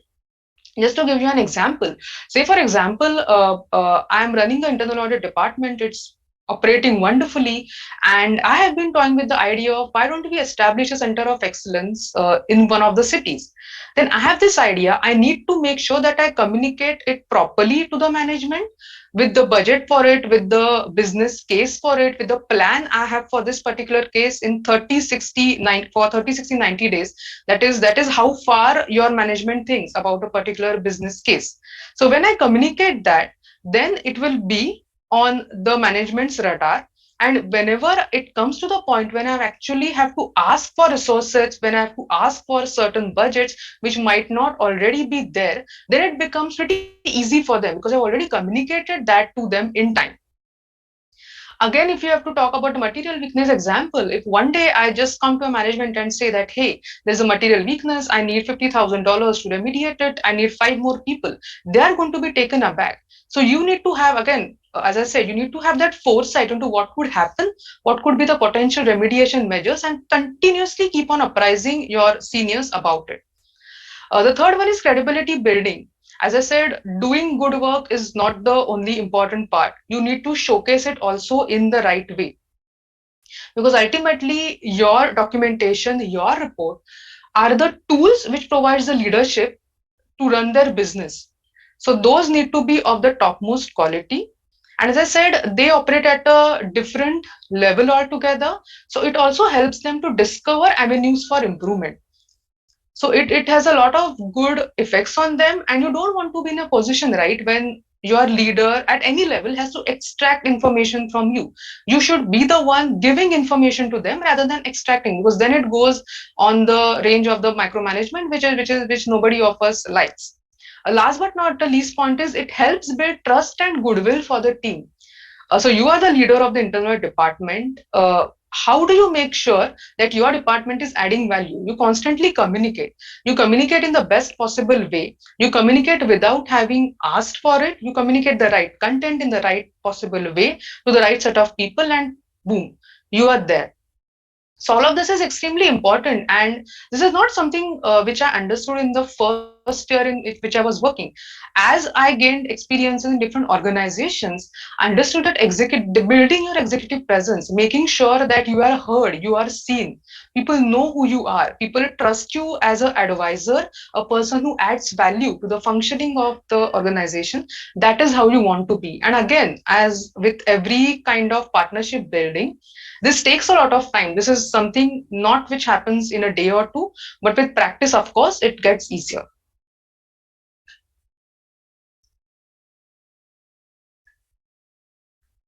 So these are some of the key pointers which I have put forth for building your executive presence. So first and foremost is know your audience. Now, you as an internal audit, you might be an internal auditor, internal audit manager, you might be head of internal audit. You should know your audience. You should know what kind of problem statements you're trying to solve, or what value will your presentation of half an hour bring to the person who is actually sitting in the audience. So curate your presentation based on the expectations of the audience. You may want to display anything and everything you have done. You have done a fabulous job. You have worked like anything. You have toiled for the last 3 months or so. But till it has something which interests your audience, it's not going to add any value. So one point which I will stress upon is know your audiences beforehand, know their expectations, and one way to do it is send questionnaires well ahead of the meeting. So send questionnaires to the stakeholders, to all the attendees in the meeting, asking, hey, these are my presentation points. Are they okay? Will they add value, or is there anything else you are expecting out of this meeting? Once you get their answers, I think you can frame or curate your presentation in a much better way. The last is identify the problem areas and be prepared. So, is it something which you just want to give a heads up to the organization? Is there a problem at hand which you want them to solve? Or is it, or do you want their opinion on a solution in which you are proposing? So, the intention could be anything, but all of the stakeholders involved in the meeting should be on the same page wherever this is concerned. The second is visual appeal. So I've been using Power BI for quite some time now, and it is an amazing tool to create dashboards. All of us have a lot of different stories to tell, right? We perform this audit, these are the observations, la la la la. We have a lot of stories to tell. So use dashboards, because what a paragraph could tell in say 5 minutes, your dashboards could convey the same story in less than 1 minute. So use all these tools to your maximum disposal. Having said that, another thing which I've learned over the ages is always confirm on the source of your truth. So you have a beautiful dashboard prepared by your team member. Understand from him or her where is the data, the source data coming from. Validate that and keep it with you as a backup. So whenever you're presenting anything, you need to have all these backups in place, because especially in case of an observation which the stakeholders may not agree with, which the CFO might ask additional questions about, you always need to have the detailed data available with you so that you can walk them through the process. And for telling the story in short, you of course have the dashboards as well. The second last bullet talks about less is more. So one thing which I have learned over the ages is keep it simple. Keep your content very simple. Avoid too many words. Avoid too many words, as they may confuse the audience. So over the ages, I have seen people who use a lot of fancy words, but it's difficult to pinpoint exactly what they're aiming at. So the meat of the matter is lost in that dialogue delivery. So be very focused on what you want to communicate. Be succinct in your delivery. Listen to the questions carefully. So you have rehearsed your presentation, you have done amazingly well, you know you have done a good job, but the questions which might come from the different levels in the organization might surprise you as well. So you need to listen to the questions carefully, take a couple of seconds before answering, be confident, truthful. And if you don't know the answers, it's okay to say that you will get back to them.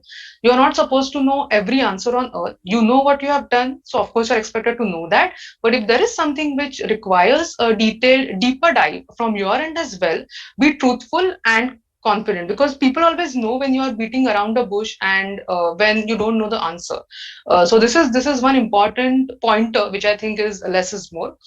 Last but not the least, and this is more on the emotional intelligence side, is keep an open mind.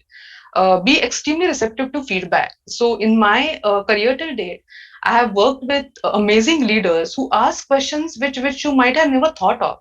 You think that you have tapped all the possible questions under the sun, you did your homework, but the questions they will ask you will just throw you off your feet. But that is the beauty of it, right? If they can offer you a different angle to think upon, then be receptive to feedback. Take it in a positive stride. They will definitely have some suggestions to give. So work on the suggestions given. And if you want to maybe take a step back, you can even brainstorm that amongst your colleagues that, hey, how did I do? This was a presentation I delivered to the CFO. How did I do? Do you think I could have done anything better? Are there any pointers you have for me? Is there any feedback you want to share with me? I think this is extremely important because, as I said, you have X amount of knowledge, which is great. You have certain years of experience, which is amazing, but you need to understand and appreciate the fact that the other person also brings equal experience and expertise to the table. Until you have that open dialogue with them, it is not possible for you to improve as a person as well as a professional. So always be receptive to feedback, work on the suggestions given. If you are discussing something with the CFO, as I said earlier, he may have a certain business angle which you never thought of. And his business angle combined with your audit acumen, your experience, your expertise, that will yield tangible results. And that is the magic of internal auditing. You work in conjunction with different stakeholders, and the value you deliver could be remarkable. So keep all these pointers in mind, and there it doesn't, as I always keep on saying, and this is not at all an exception. It doesn't happen in a day. There will be times when you mess up a presentation completely, but that is fine. You learn, you gather feedback, and you move on. This brings me to an end to my presentation. Having said this, I just want to say one thing, that all of us here are qualified professionals. We have certain experience, certain expertise in our different areas. So we know the base of it. The future is nothing to fear.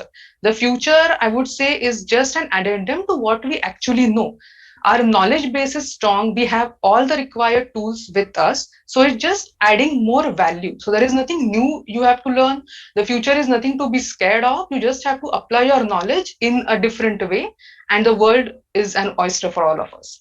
Thank you so much. If you have any questions, we can talk about it in there. Thank you.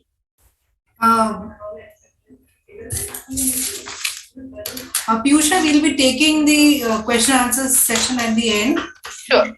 So can we go ahead with the third session? Definitely. As truly said by Piyusha, technology and automation is the future, and when auditors go in hand with both of these, would definitely do wonders. So thank you very much, Piyusha, for the wonderful presentation that we had from you. And we have amongst us our third speaker for the session, Deepika S. So just a short introduction and her topic.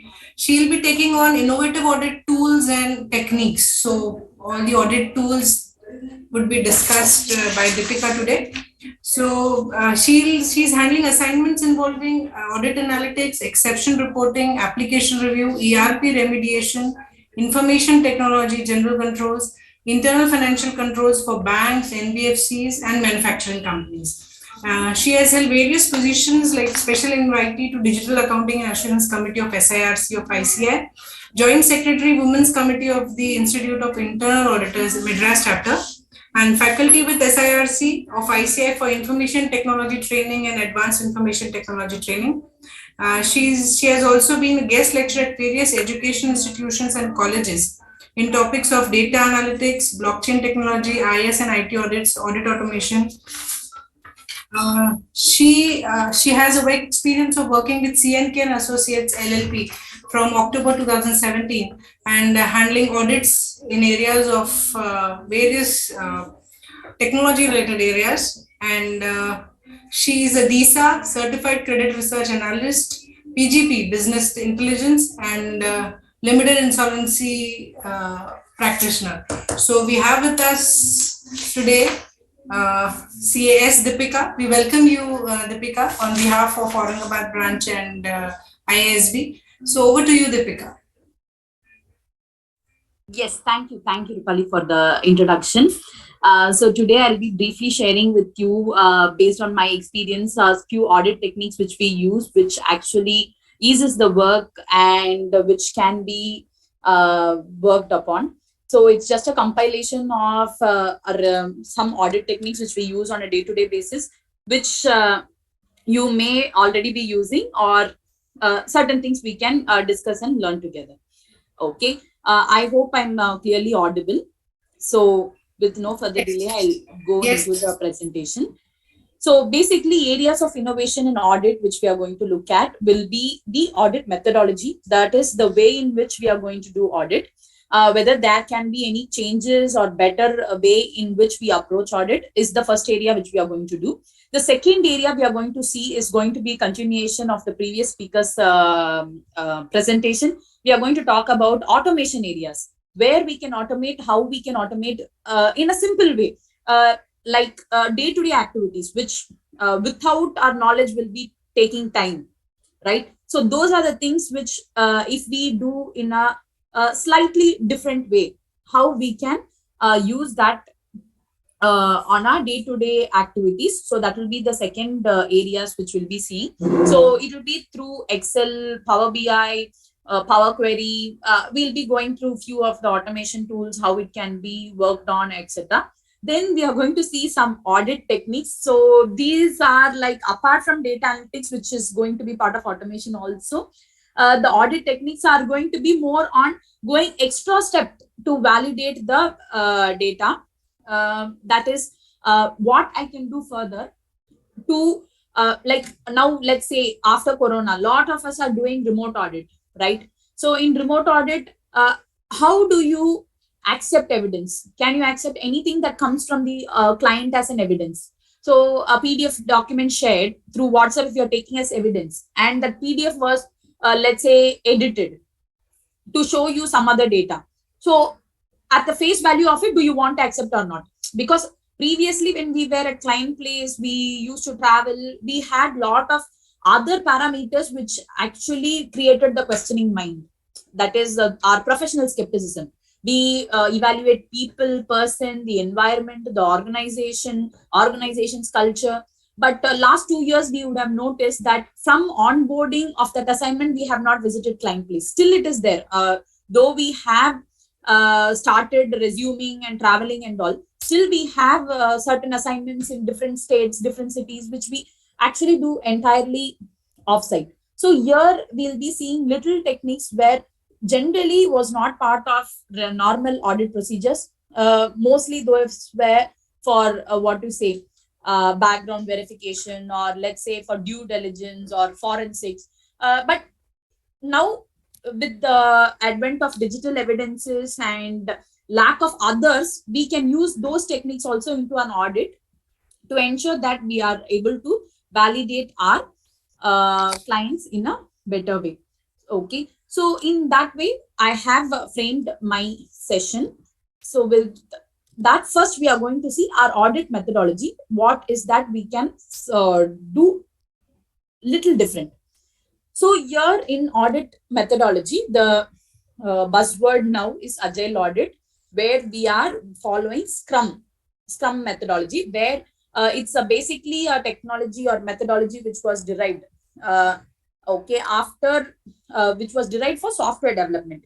So the traditional SDLC, system development life cycle, will have the various phases where testing and implementation is the last phase, right? So after that, we have waterfall model, iterative model. Like that, we have one of the new technique which came into as agile development, agile methodology for system development.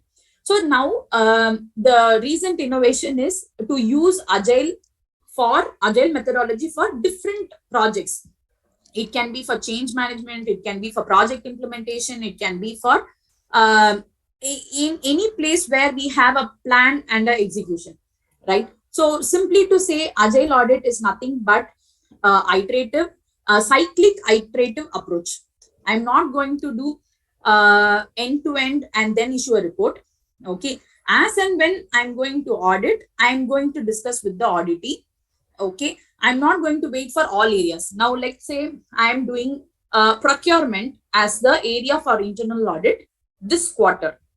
So in procurement, I may be having requirement analysis, PO pricing, PO release.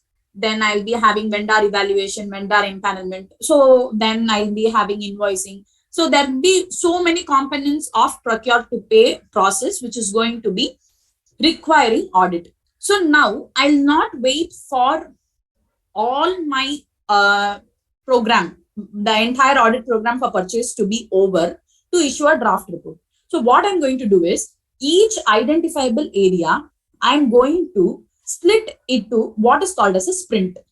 sprint is going to be a smaller version, okay, of the entire audit.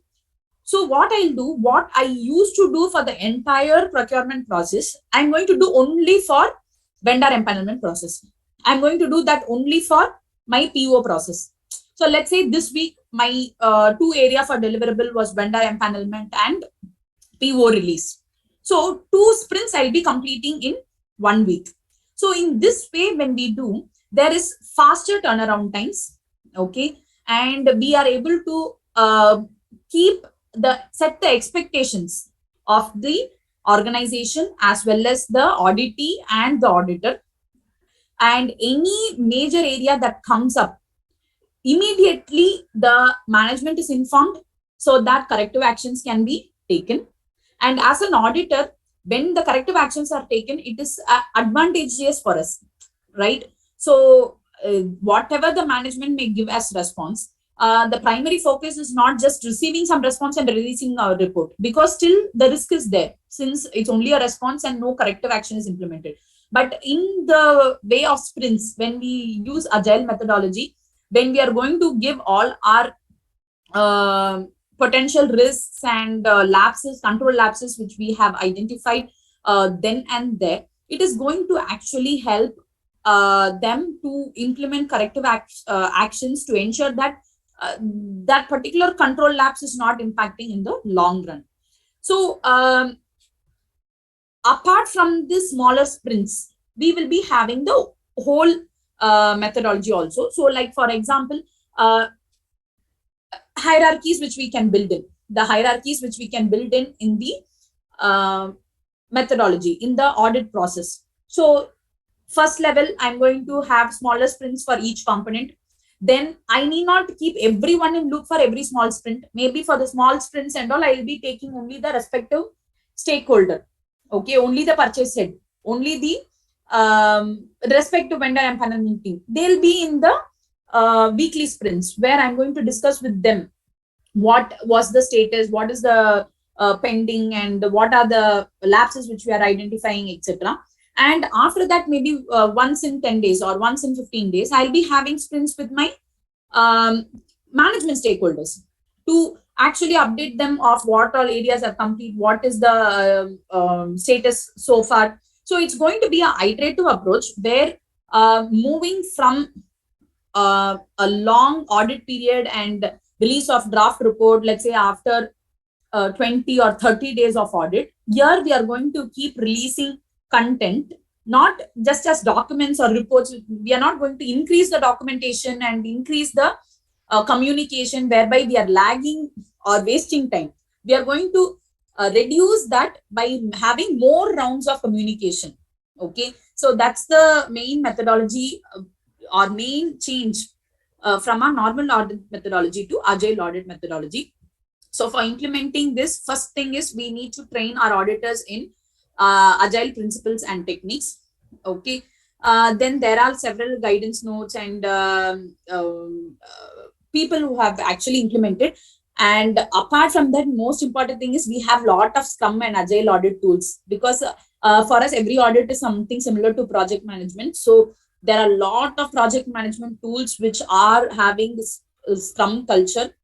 So with that, we'll be able to easily monitor our agile audit also. So the next thing is we need not go full-fledged. We can do a pilot project. The agile itself is about being ready to change, being ready to accept changes and ready to implement changes. So obviously, we have to do it in a pilot project. We have to see how it works, how we can modify it further for our projects, etc. Those will be some parameters which we need to decide, and then we curate it for our purpose. So basically, what value we derive from implementing agile audit? So we are moving from individuals and interactions over process and tools. So we evaluate entire process, do process flow charts, document everything, document audit program, then put my tools, data analytics tools, and give report. So now also we are going to do that, but not only that, we are going to increase our interactions and create awareness then and there at the right moment. So working software over a comprehensive documentation. So now currently we'll be having something ready-made which is available anytime anyone asks, than a very long comprehensive document to read at the end of the audit. So it increases customer collaboration, and it always keeps us agile, and we'll be resilient to all the changes or all the newer areas which we are foreseeing, or which we may face during our audit. So this is one thing which we can surely try as a pilot project in implementing at least a few sprints in our audit. I think after doing this, I find the man hours I spend on a particular audit has reduced very, very considerably. Like we plan 30-day execution with 5 sprints, and 31st day we are able to release bill. But the only thing is client also should be aligned to the agile methodology. We cannot do it only by ourselves. So client also should be participating in our sprints, should be participating in our calls to discuss things then and there, escalate immediately, and ensure things are getting done. So we are doing it for only like 6 to 8 months. And really it has been like very, very effective, wherein usually if we are going to do an audit for 2 months, 3 months, now it's like we can plan and complete it in 20 days, 25 days. So sure, this is a very good innovative methodology which we can try. So next step is automation. So as I discussed, we are going to discuss only about simple automation techniques. I'm not talking about RPA level automation, etc. So many of you may already be using it, just that I have compiled a few things together here. We will see that now. So first one is we can create simplest things, Excel templates. So whatever ready-made things, what we are going to do, like for example, our requirement analysis or requirement list. Okay, we'll be having requirement list trackers, audit programs. Okay, then we'll be having simple things like JE testing or vendor duplicate identification. These things and all, we can create small template files, so that every time we are not creating those files from scratch, we can actually take an existing file and we can modify our requirement. Okay, I'll just show you how it works. I have created some file here. Okay, I'll just show you.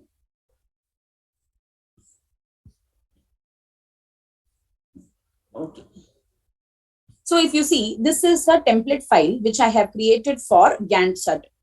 Okay, Gantt chart is for project tracking. Basically, before an audit, when I do a Gantt chart, first I'll be able to foresee where I have to deploy what resources, what will be the time required, and when who should do what. So this is the first step which we do as soon as we onboard an assignment. So let's say I am defining the tasks. For each task, I'll be defining some dates. So this dates, I'll be just giving the start date and end date. So I created this template in 2018. Now let's say I'm going to do something in current. Let's do, okay, 2022. And end day I'm going to put plus 10 to 28. So now here currently I'm taking actual days. You can take networking days also, like only the work day. And now if you see, already I have filled all the columns with formulas. There it's a very simple if formula. Okay, it's a very simple if formula. If this date is greater than this date and less than this date, put an X. Otherwise, put a blank. That's the formula. It's a very simple if condition, if and condition. Okay, so that we ensure that dates are within that period. So now after that, what I have done, I have put conditional formatting in the entire place to highlight cells that are having a capital X. So that's the only thing I have done here, but it's a template sheet. So now let me change this date.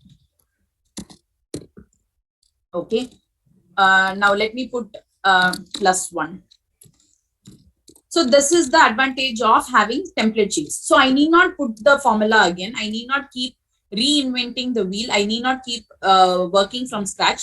So I can create some template sheets like this. So as I told you, this is a sheet which I created in 2018, and till now I'll be using this. I am using this, like we are using this. So these are things which we can do on a very simple basis. Okay, so something like this for ratio analysis. So balance sheet P&L is fixed, right? So if we are having the template for picking the respective numbers and creating a ratio analysis template sheet, it's a one-time activity, right? It may not take what to say, we need not build the ratios every time. So it's like automatically once your TB is there, P&L balance sheet is done, notes are correctly recorded, your ratio analysis sheet, your lead sheet, trend sheet, whatever you want to do analysis, all that also automatically gets updated. So this is where we can actually optimize usage of Excel. So next area which we are going to discuss today are macros. So macros is a very, very useful utility in Excel. Macro is a utility which is going to help me certain tasks in Excel. So Excel is built with a language called as Visual Basics for Application, which is generally mentioned as VBA. Okay. So I'm not going into the code, VBA, etc. We are going to see macro, which we can actually use on a regular, easy. Okay. So we are just going to use macros, which is going to be very simple and easy to use. That is by screen recording. So if you go to our, okay. So if you go to our view tab, okay, on the right hand side, if you see, we have a button called macros. I'm not going to the developer tab, not going for coding, not going for any complex activity. We are going to just see how we can use macros for normal, regular activity. Okay. Like for example, what is macro? Macro is going to be a series of sequence of steps which you are going to do, which you want to repeat in future also. Okay, like for example, I'm going to say whenever I select a particular cell, I need a particular color, a simplest thing. Okay, or let's say if I use this shortcut, it should go, and I'm showing you something simple, but let's try that. I'm having some numbers, so I'm going to put a macro here, and I'm going to say whenever there is 2 digits in the left, okay, add it. What I have to do is I have to just go to macros, and I give what is called as use relative reference, because by default, okay, it will take it as fixed reference. So, ouch, what happened? Yes. So I'll just go to record macro. Okay, and I can call it something. And you can decide whether macro is only for this sheet, or it can be for entire any Excel you work. So if you put as Excel personal macro workbook, what happens is it will go into my Excel installations memory. So it will be available across any Excel worksheet you create, and you can name it like macro for sum. Okay, and I'm going to give okay, and I can give shortcut key if required. I'm not going to give shortcut key. Okay, and I'm going to just give okay. So now what will happen is, from now, whatever step I'm going to do will get recorded. It's not the screen is going to get captured, the steps, like for example, I'm putting equal to, I'm going to use the formula sum, and I'm going to add my next 2 cells. Okay, so what will happen is I can now stop recording. So what happens this way is, at the back end, okay, if you go to your developer tab, you can see that. So in options, we can enable developer tab. What we can see is the actual code behind it. Okay, actual code behind it, we can see. 1 minute. I think there are too many Excels open today. Okay, so what it will do is, once I do this, now let's say in some other place, I'm going to have some other number. Okay, and I'm going to use here view macros. There's a already macro which we have done, some macro. I'm going to just give run. So it has summed it. So let's say I keep this anywhere else. Okay. And I'm going to give you a run macro. So I can assign shortcut. I can retrieve the macro from any place. Okay. And I'm going to give run macro. So it will run and it will add. So what I'm trying to say here is macro is very simple to do whenever you are having repetitive tasks, and it is going to be the sequence in which you are going to record or do. It will get recorded, and that thing you can keep repeating. Like for example, always you are going to get your day book. Okay, day book from Tally application in the same format. Whichever installation of Tally you go, day book is going to come. So day book has some internal constraints wherein narrations are in some place, voucher numbers are in some place, debit credit column is different. Okay, you want to convert something. So what you can do is, one time when you do, you write down the steps what you have to do, type it sequentially, and you give record macro, and then you do it sequentially.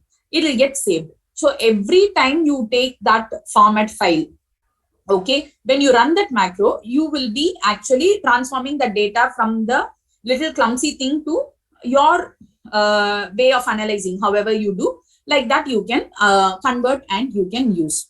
Okay, so this way macro is very, very simple to use. So what we are seeing today is only macro by screen recording. So where you can use this, where you cannot use this. You can use this whenever you're going to automate functions which are within the Excel functions or formulas you're typing, and within this menus which are predefined and available in Excel. Okay, which are predetermined and available in Excel. Now let's say Excel has a formula function called as depreciation, but we don't use this. Okay, why do we don't use that is mainly because for us we take number of days. Okay, in Companies Act, and in Income Tax Act we take 6 months block, but here it will work on 1 month round. Okay, I think it's called sorry, I'm not just remembering immediately, but there is a function for depreciation.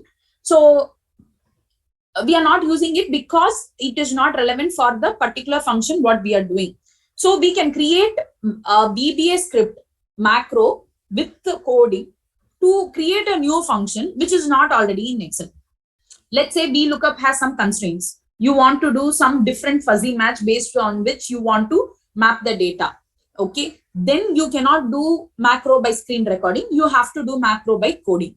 Okay, whenever you want to automate stuff, whenever we want to automate stuff which is inside Excel's functionality, we can use macros. It's a very, very useful and a very simple tool which we can use.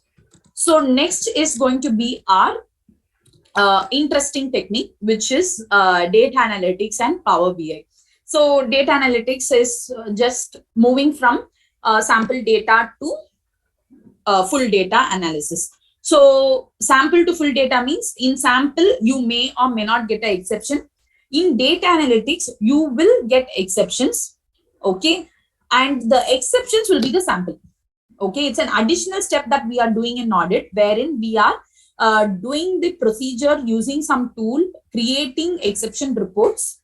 And once we do that, the exceptions are going to be our new sample, which we are going to go for further analysis, root cause analysis, and then see the actual paper documents for.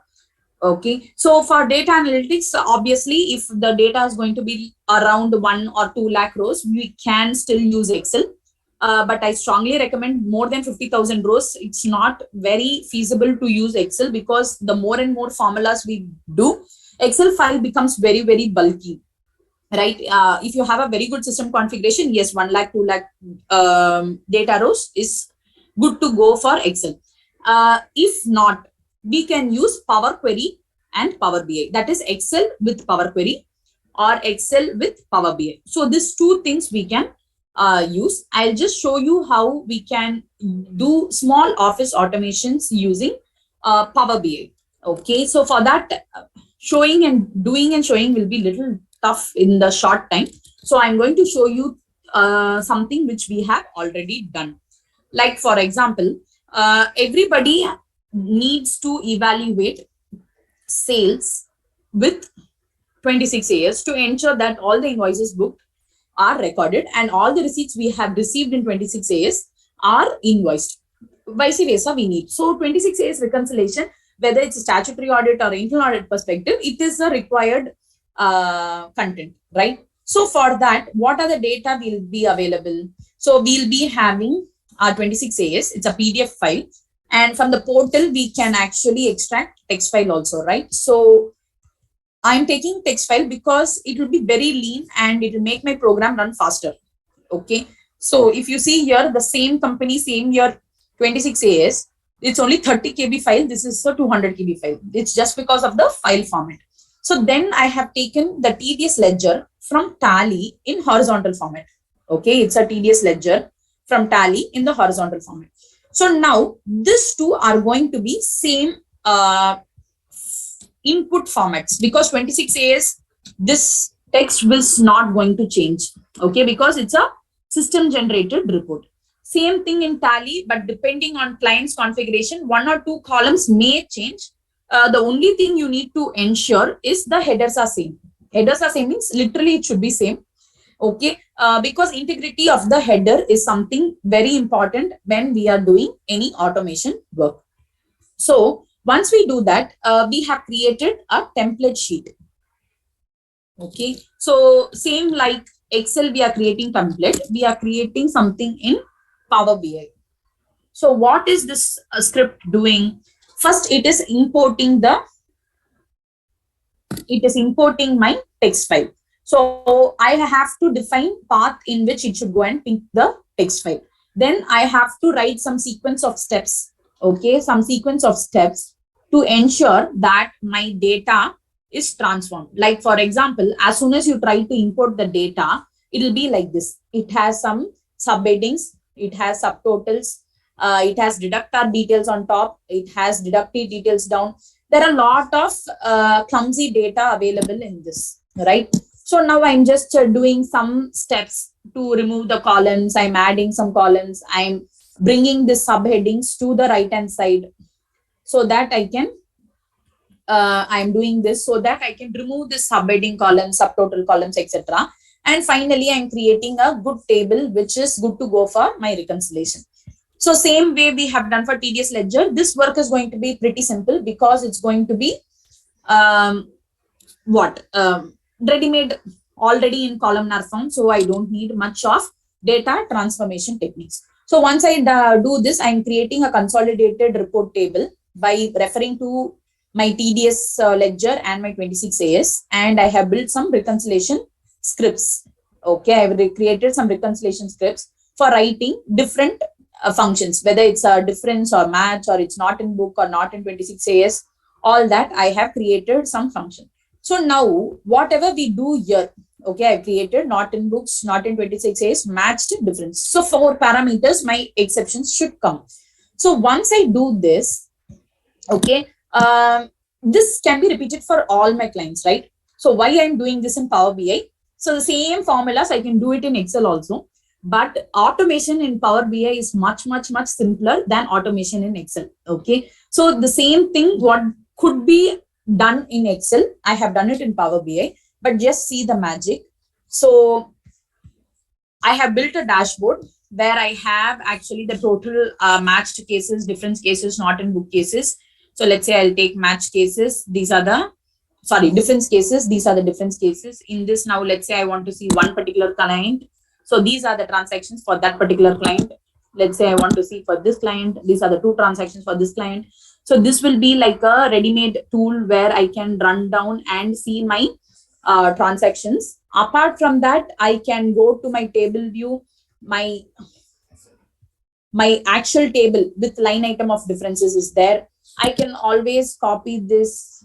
I can give right click, copy table, and I can actually move it to my Excel and send to client also, client or my audit documentation. You can maintain documentation in Power BI. It's not a problem. Like this, I can use the script. Okay. So this is the total thing of all, whether it's matched or difference or not in books. So the beauty of automation, I have to show you how it works. So we go to Home tab. So now if you go here, we have something called as data source settings in Power BI. Okay, this works similarly in Power Query with Excel also. But in Power Query with Excel, I have to use Power Pivot again for dashboard. Okay. If you ask me, people who are using Power Query in Excel, very good, not a problem. But you can always try to do Power Query with Power BI Desktop, which gives you a lot more better interfaces wherein you are able to present the report directly to the management in Power BI Desktop. You are able to have better control over both reporting as well as working. Okay, I'm just going to the data source settings. If you see, this is the folder I have connected to for the text file, and this is the folder which I have connected for Excel file. Okay, this two path is actually deciding all the scripts which I have written in this particular Power BI file. Script means formulas which I have written in Power BI file. So now I'm just, AAEP is this client. I'm just going to go for change source, and I'm going to change it to the next client, AABP. Okay, and I'm just connecting to that text file, and the same thing I'm going to do for the other Excel file. I'm going to go to change source, browse, and AAB. This is the next client. The same TDS ledger from Tally I'm opening. It's open. Just let's close it. Just a minute. Yes. So once I load it and I give OK and close. So now my both the folders I have changed path. And now I'm just going to give apply changes. That's nothing but refresh. So once I do this, if my headers are same, that is very, very important. Once my headers are same, if you see, all that data is getting replaced and my new dashboard is built. Okay, which has different number of cases and different outlook. And here I can take the difference. I'll have my new difference clients. Okay. So this is the automation which we are talking about. So now we have to do 26 AS reconciliation for all the clients, irrespective of whether it's statutory audit, internal audit, right? So now I can take this. Same like this, I can just give copy table. I can give here file, save as new file, okay, with the new client name, and I can close this. So this way, I'll be able to automate lot of my routine tasks wherever my file formats are fixed and output expectation is also fixed. Okay. So what did we do? First, we took some test data, we built the template, and we started working on the output. We have done series of transformation steps, formulas for creating the report. After doing that, we tested with a few other similar data format clients. So once you have tested and your Power BI formulas are working, then you can roll it out to your team, wherein your team need not know Power BI. Your team need not know how to do what. What they need to do is they have to create a folder, download a text file of 26 AS, export TDS ledger from Tally. Okay, open your Power BI file, and they have to go to transform data, data source settings, and they have to just give change source. Okay, once they give change source, it is going to update the entire file, and your new client 26 AS reconciliation is complete. So I'll tell you factually, it took me half a day to build this. Okay, and it is not complex at all, because these are things which were already we were doing in Excel. We were doing some filters to actually make it into remove the subheadings, remove the totals. We created something in Excel. Always we have been doing this. It's not something new which we are inventing in Power BI, right? So the only thing is we have kept on repeating that activity in Excel for every client, which would have taken us like per client at least 1 day for doing VLOOKUP, matching deductor name, matching TAN number, etc., etc., etc. So provided in Tally also, we are doing a one-time activity of updating TAN and keeping for all the clients. It's the best thing, so that you get 100% reconciliation in Power BI. Okay. So this is one area which I wanted to showcase. Similarly, you can do for much other areas also. I am showing you one more thing which is there for JE testing. So journal entry testing is also one such area. So for this, what is the requirement is you need to have a expense dump or journal entry dump. So that journal entry dump headers should be same if you want to use it across clients. Okay, if we want to use it across clients, this header should be same. So what you can do is the other client data also, you have to keep this header as common and paste the data below here. Once you do this, we can build the same script, however I showed you, right? So I can do some period analysis for posting date, entry date, Sunday entry, Monday entry, trend of data. So now only Sunday entries I want to see. I click on Sunday entries. Okay, what is the highest value of entry? That particular date entry alone I'm filtering and seeing. It's more like a new way of doing GL scrutiny. Okay, in Tally, doing GL scrutiny is very simple or very straightforward. In ERP, we don't get the comfort because we don't have that many instances which we can create in Power BI. And moreover, in Power BI, the number of ledgers maximum the client will be maintaining is 1,000 or 2,000. Okay, more than that, mostly they would have already gone to ERP. So ERP, the number of ledgers are also high. Okay, volume of transaction is also high. So it's better when we take out the data and do the GL scrutiny outside in a different system. So here, something on ledger-wise analysis. Okay, so I have built a standard dashboard where I want to see some correlation analysis between different GLs. It's loading since I opened the file just now. Then I have done for some backdated entries. Okay, based on some posting date and entry date. It's only date diff. Basically, I found the difference between 2 days and kept it like a standard format. So every time I'm going to input a new expense dump, all this gets automatically updated. So only time I need to do is change the path, click refresh. So this way, when we keep working, we refine our scripts and it becomes much more simpler and easier to deploy and give more correct answers. So ending with 999,998. Okay, potential duplicate. Basically, ledgers having same date, same reference number, same GL code, etc. So Benford analysis. So our Benford table is there, no? Based on first digit. So the default thing which is built. So any data set you are going to take and analyze, Benford is done, core plot is done, box plot is done, backdated entry is done, potential duplicates is done. Okay, so these are all some simple things which we can automate in our audit, which we may not be noticing, but we were spending much time on these things. Okay, and may not be required if we automate. So we can spend our time on much more different newer things which require more concentration and mind application. Okay, so these are the things which we can automate. So I'm just closing this file. Our part on office automation is over. So next I'm going to go in for the newer audit techniques which we are going to see. These are not newer audit techniques. These are audit techniques which are always there in practice. The only thing is, as a statutory auditor or an internal auditor, whether we have done that extra step of going and investigating, that is how much professional skepticism we are having on the particular client, particular data, defines the audit procedures which we are going to do. So I'm going to show simple things which we do. Let's see. So the first thing, so proof of concept we saw for the Excel, Power BI and all.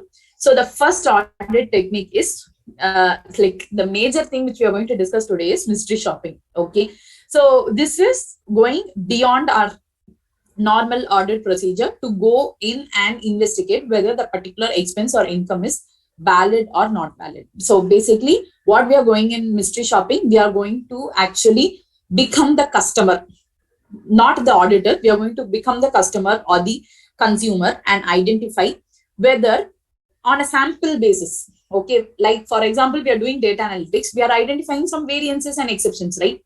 So those exceptions will be the areas which we are going to do for mystery shopping. So we'll become, or we'll deface ourselves as customers.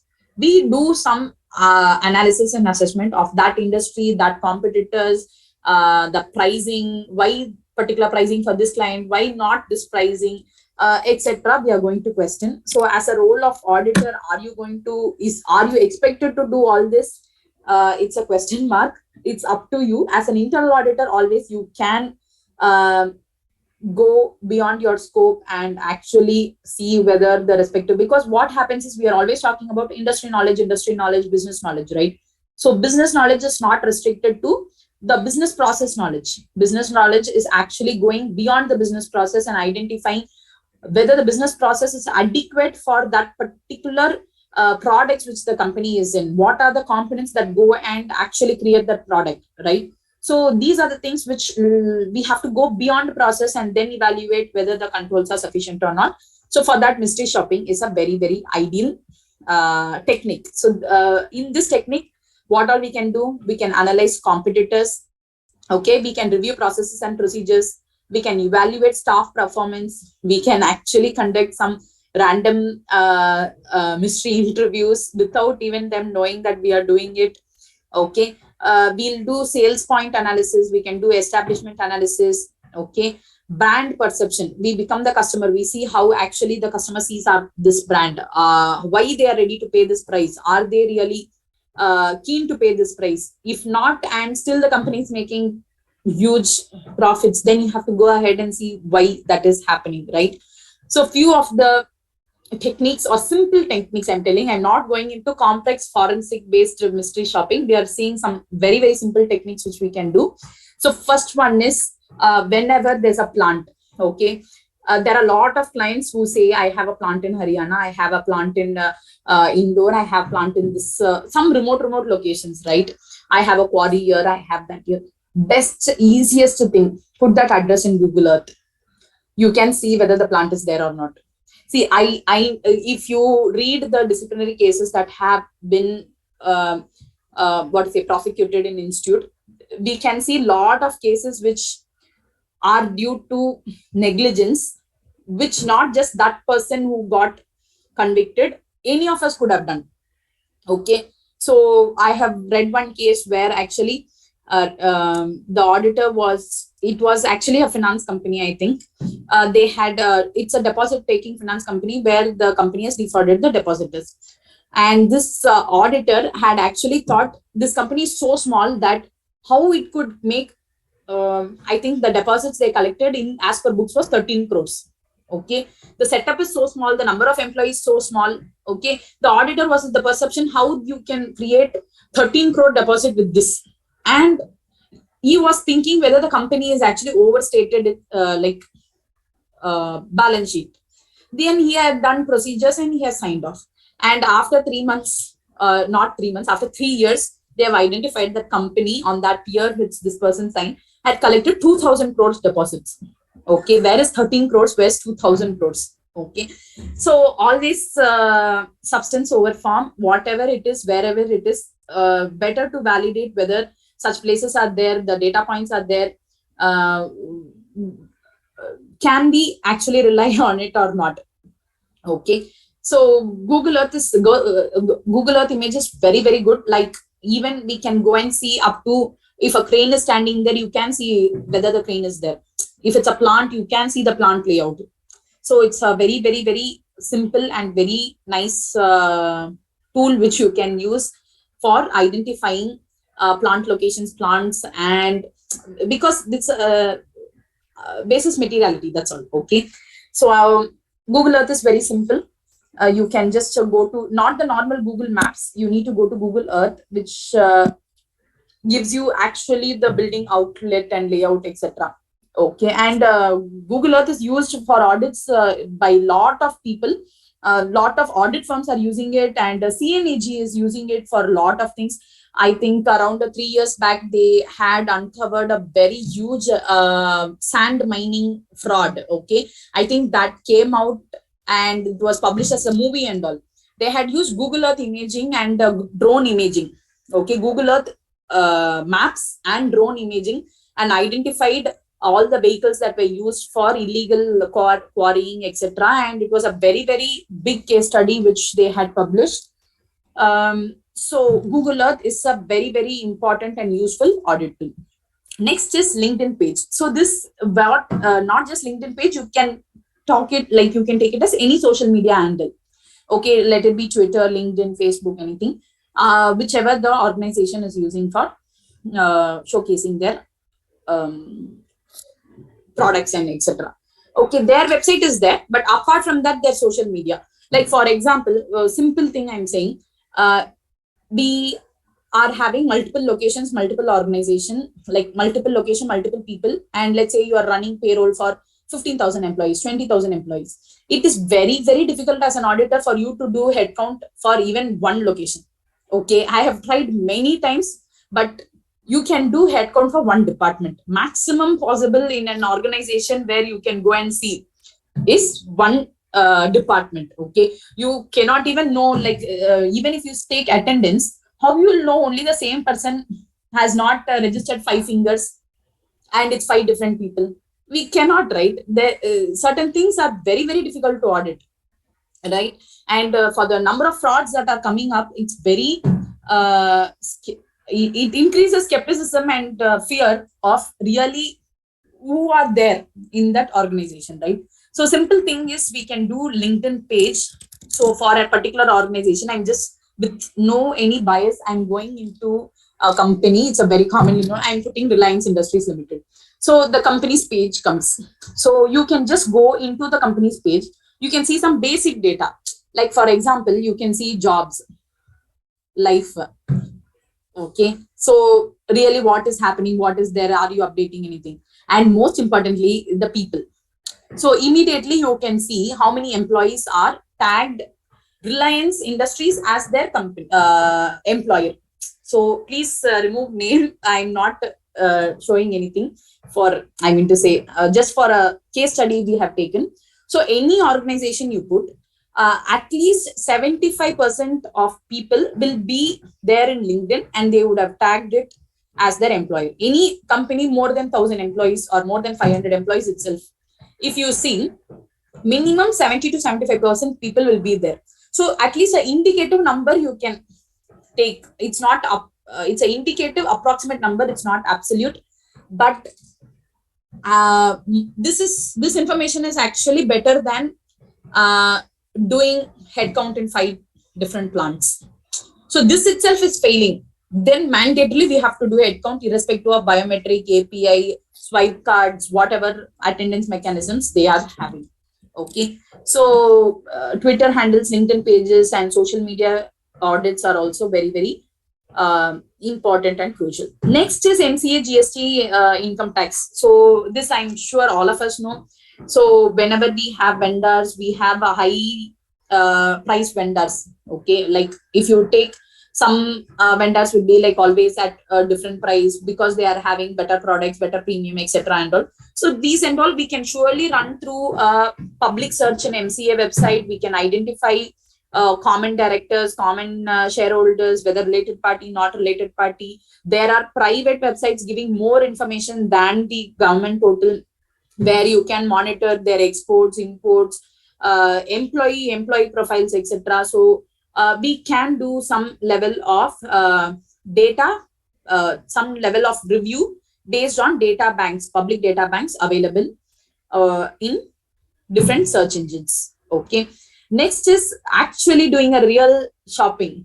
Okay, where I can go and check the retail prices, where I can go and take some quotes, where I can go as a customer and inquire and get quote from the same vendor where my company has purchased from. Okay, so we need not do this for all, maybe 1 or 2 where really we feel like it's a very important vendor, very important decision I need to take.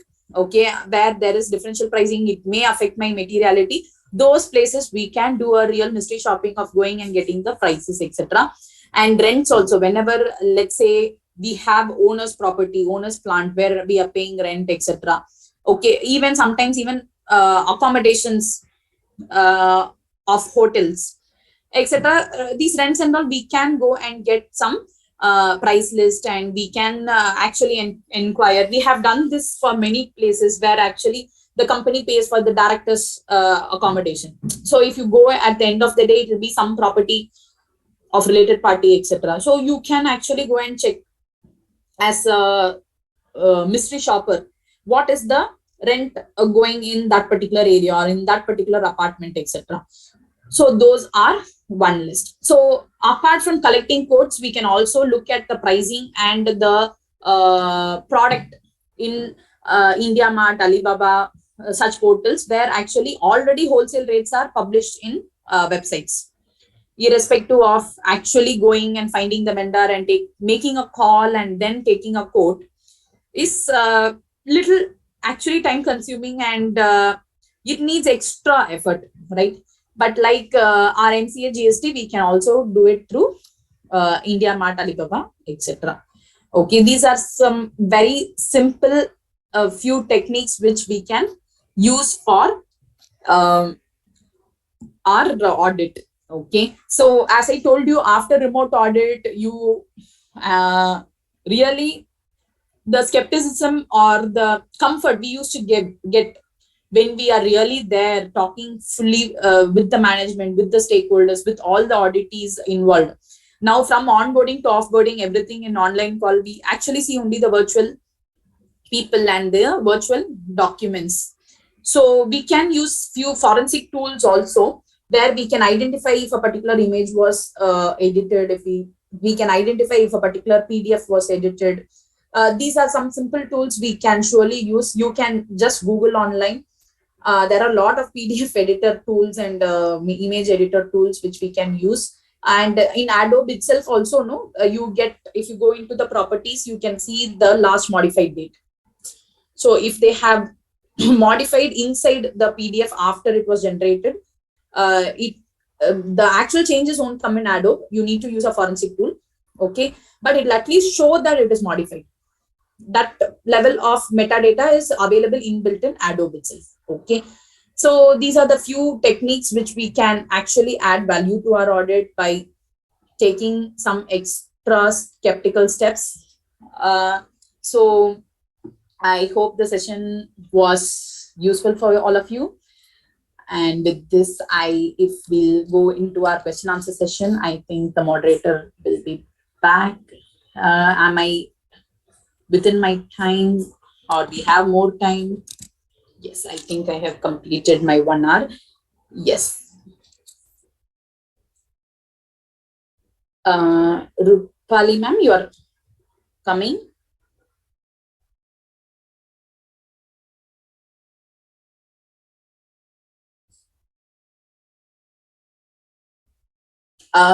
Session host, anyone is there?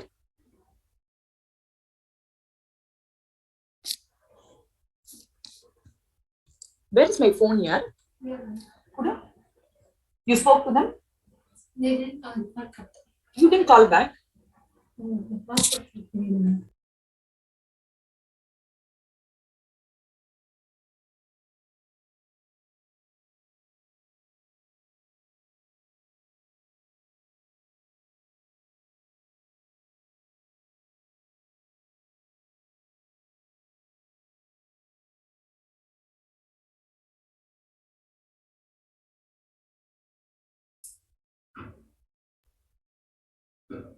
Yes, ma'am.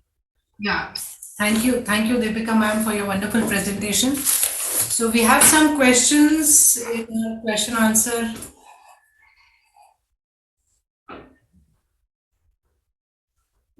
Yes, for all our participants. So the first one I feel is for Piyusha. How do you suggest to handle the situations where the employees of process under review are not cooperating, since employees would be afraid of consequences for them if any material weakness or observations are identified? The questions come from Praful Gaur from CIRC. Got it. Got it. This, I think, is a very common situation that happens in many organizations, and which we have to deal with on a regular basis. So I think the way I would go about it, and then this again, I think, is an intrinsic part of the organization you are. So first of all, try to make them understand that whatever improvements you're suggesting, that is going to benefit their process in the end. It's not for your benefits, you don't have a vested interest in it, but if they continue to function the way they are functioning, then ultimately it is going to harm them only, their reputation and their department. So I think it's just sitting in their shoes and trying to break the news gently to them, that would of course be the first option. Unfortunately, if this doesn't work, then we have a lot of escalation techniques, but I think that those should always be resorted to in the end, because ultimately this is a compliance issue. SOX is a compliance which you need to do. So if there's a material weakness, it has to be taken care of. There is no two ways about it. So I would suggest going by amicable route first. Try to make them understand, see the different sides of the story. Or the way I handle it is I ask them the solution, that, hey, how do you think you will mitigate this risk? We see this risk. Is there something which we are not seeing in the first place? In some instances, I would say 99% cases, they don't have an answer. But in certain situations, there might be an instance that they have a solution which they haven't told you of. So now the only thing which you need to do is the severity of that observation will be reduced, and you just have to make that process which you're already following into a formalized one. So there are a lot of ways to go about it. It depends, I would say, on the situation and the people at stake here in this case. Yes, certainly. The next question comes from Ms. C. Anil Madhavan. And how do you handle technical issues cropping up on discussions in board management appraisals? Yeah, can you repeat the question just once? How do you handle technical issues cropping up on discussions in board management appraisals? Board management appraisals. This is a tricky one, actually. I would say, not sure of the what do you mean by technical issues per se. So yeah, you could just maybe elaborate more on that. Yeah, more we have to evaluate management. It's more like management audit. We have to audit the management and see what is that they're appraising. Yes, but many times we cannot actually fix the rates. Like it is highly technical, where for some different reason they have to pay that to retain a particular person or promote him, or so I think there the statutory limit, as far as statutory limits are complied, I think we may not have a very huge say as far as we ensure the statutory limits are maintained and disclosures are maintained. We can take it. If Ram Prasad, sir, you have any other views? Yeah, I think nothing much to add from my side. It's a big question for me, I would say. Yes. That's a big question. Yeah, we can't do much about it. It is what it is. Unfortunately, if Correct. there's a fraud happening, I think then we are all arms. But if it is something which we don't like, then we can't do anything about it. But if it's within the limits, then so be it. All the best. Enjoy. Another question coming up from him for Deepika. Can you please extend this presentation in person in our office if you organize one such exclusive for our staff in Chennai? Sure, we can surely do, sir. You can connect to me. Yes. Definitely ask the technical team to connect or send the details to you. Yeah, sure. The next question comes from another one for Excel, Sandeep Kumar Dwivedi. I have used query in Excel for some of major data analysis. This seems more user-friendly. What are the factors Power BI is different and more useful than query in Excel? Yes. So basically, Power Query is an add-in to Excel. Excel was not built for Power Query, but Power BI is built for Power Query. So that is the major difference, because it seamlessly works with Power BI than with Power Query. And if you are going to anyways work with large volume of data and you want to use dashboards, it's much better you use this way. And this is the later release than Excel.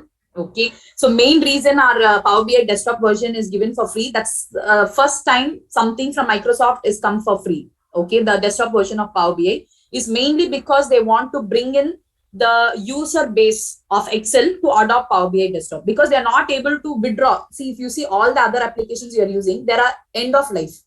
Even MS Access, there is end of life, right? End of support. But for Excel, we are not able to do that. We still have 2007, we have 2010, we have 2013, all are still running. They are not able to actually withdraw it out because of the user base and the user who are not actually ready to move out. So they are just giving some add-ins to ensure that the users are satisfied. So when you try to do too many things in Excel, one, Excel hangs, it crashes, or it makes you wait for more than required time.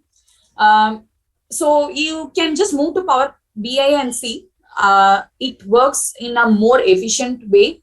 It has a direct linking with the Power Query, data querying, the actually not just the Excel or text input. Even if you're going to import directly from a website, directly from a ERP, it is going to work much more seamlessly than other tools. You can use other tools also. Tableau is also good. Idea is also good. It's all again competitors and perspectives are there. I find it very user friendly to use Power BI because we are already used to the querying in Excel and the same syntaxes are used in Power BI. So it's very easy to move. And one more thing is in Power Pivot, multi-dimension is available. But again, you have to have Power Query and Power Pivot and Excel, right? So if you Power Query report to you, pivot table report view. But if you go to Power BI desktop, multi-dimensional analysis is like very, very simple and straightforward. You will never go to pivot again. Pivot is only 2 dimension. Another dimension you want, you need to actually create one more sheet. So this two you can never see together unless you go to Power Pivot. So that comes straightforward in Power BI. So these are all some advantages which I feel because of which using Excel is little more time consuming and tedious than Power BI. So it's argument over a period of time, you have to get that comfort and move. Power BI also has some disadvantages. I'll not say it's like 100% foolproof, but it's more easier to work around in Power BI than in Excel. Not many questions coming up from Anil Madhavan sir. The other one is the techniques that you have advocated or suggested for you, Deepika. Does that require basic IT or work on experience? If so, what techniques? No, it's all skepticism. It's all skepticism and some basic Googling and search engine. IT knowledge is not required. Macros are very simple. Templates also is like simple if formulas and querying formulas. Power Query is also very simple. It's only the perspective. Instead of seeing Excel sheet, we are going to see something else. Instead of directly typing in Excel, we directly type into the table. In Power Query, we cannot do that. We have to talk it through some menus or functions which are inbuilt in Power BI. So that's the only thing. If you ask me, sir, as a beginner, straight away, we can start using the techniques which we discussed in our session today. And I feel use and practice would definitely help them gain better. Yes, ma'am. Another question is regarding Power Internal Audit. Whether any industry-specific knowledge is also prerequisite for conducting effective internal audits? Prerequisite industry-specific knowledge. The question is for Krisha. You'll take it. I think yes. Yeah, I think yes. Some industry-specific knowledge is needed. You need to understand the data first, and I think that is what Deepika also has been telling us, that you need to get familiarized with the data. You need to understand what are the different data fields, what each of them relates ultimately to, and then I think you'll be able to add on more knowledge or to actually audit the system or the data dump. So as she rightly said, you need to be familiar with the basics and then move on to any kind of automation or Power BI. And all of us must have observed that when Deepika was displaying that, she knew exactly what she was aiming to do, what she was, the end result which was expected, the problem she was trying to solve. So I think that kind of knowledge, that level is of course required. Then you can move on to using analytics. I feel we have some information. I don't find any question in this, but just I'll read out if the speakers found some information regarding this. It's from Mr. Praful Gaur. Data Snipper is another Excel add-in like Power Query, where users can directly capture information from PDF files in Excel. Use cases are tie out of financial statements, vouching of invoices. So, Deepika, if you could just... The first one alone, what is the tool he meant? Data Snipper. Okay, actually no, in Power BI it's directly there, so I can just share screen and show you. You need not actually go to a separate add-in to do that and all. Where is my Power BI? Sorry, I don't know what is happening. Just a minute. So if you go to Power BI, so you directly have import from PDF. So even 100-page PDF, you can directly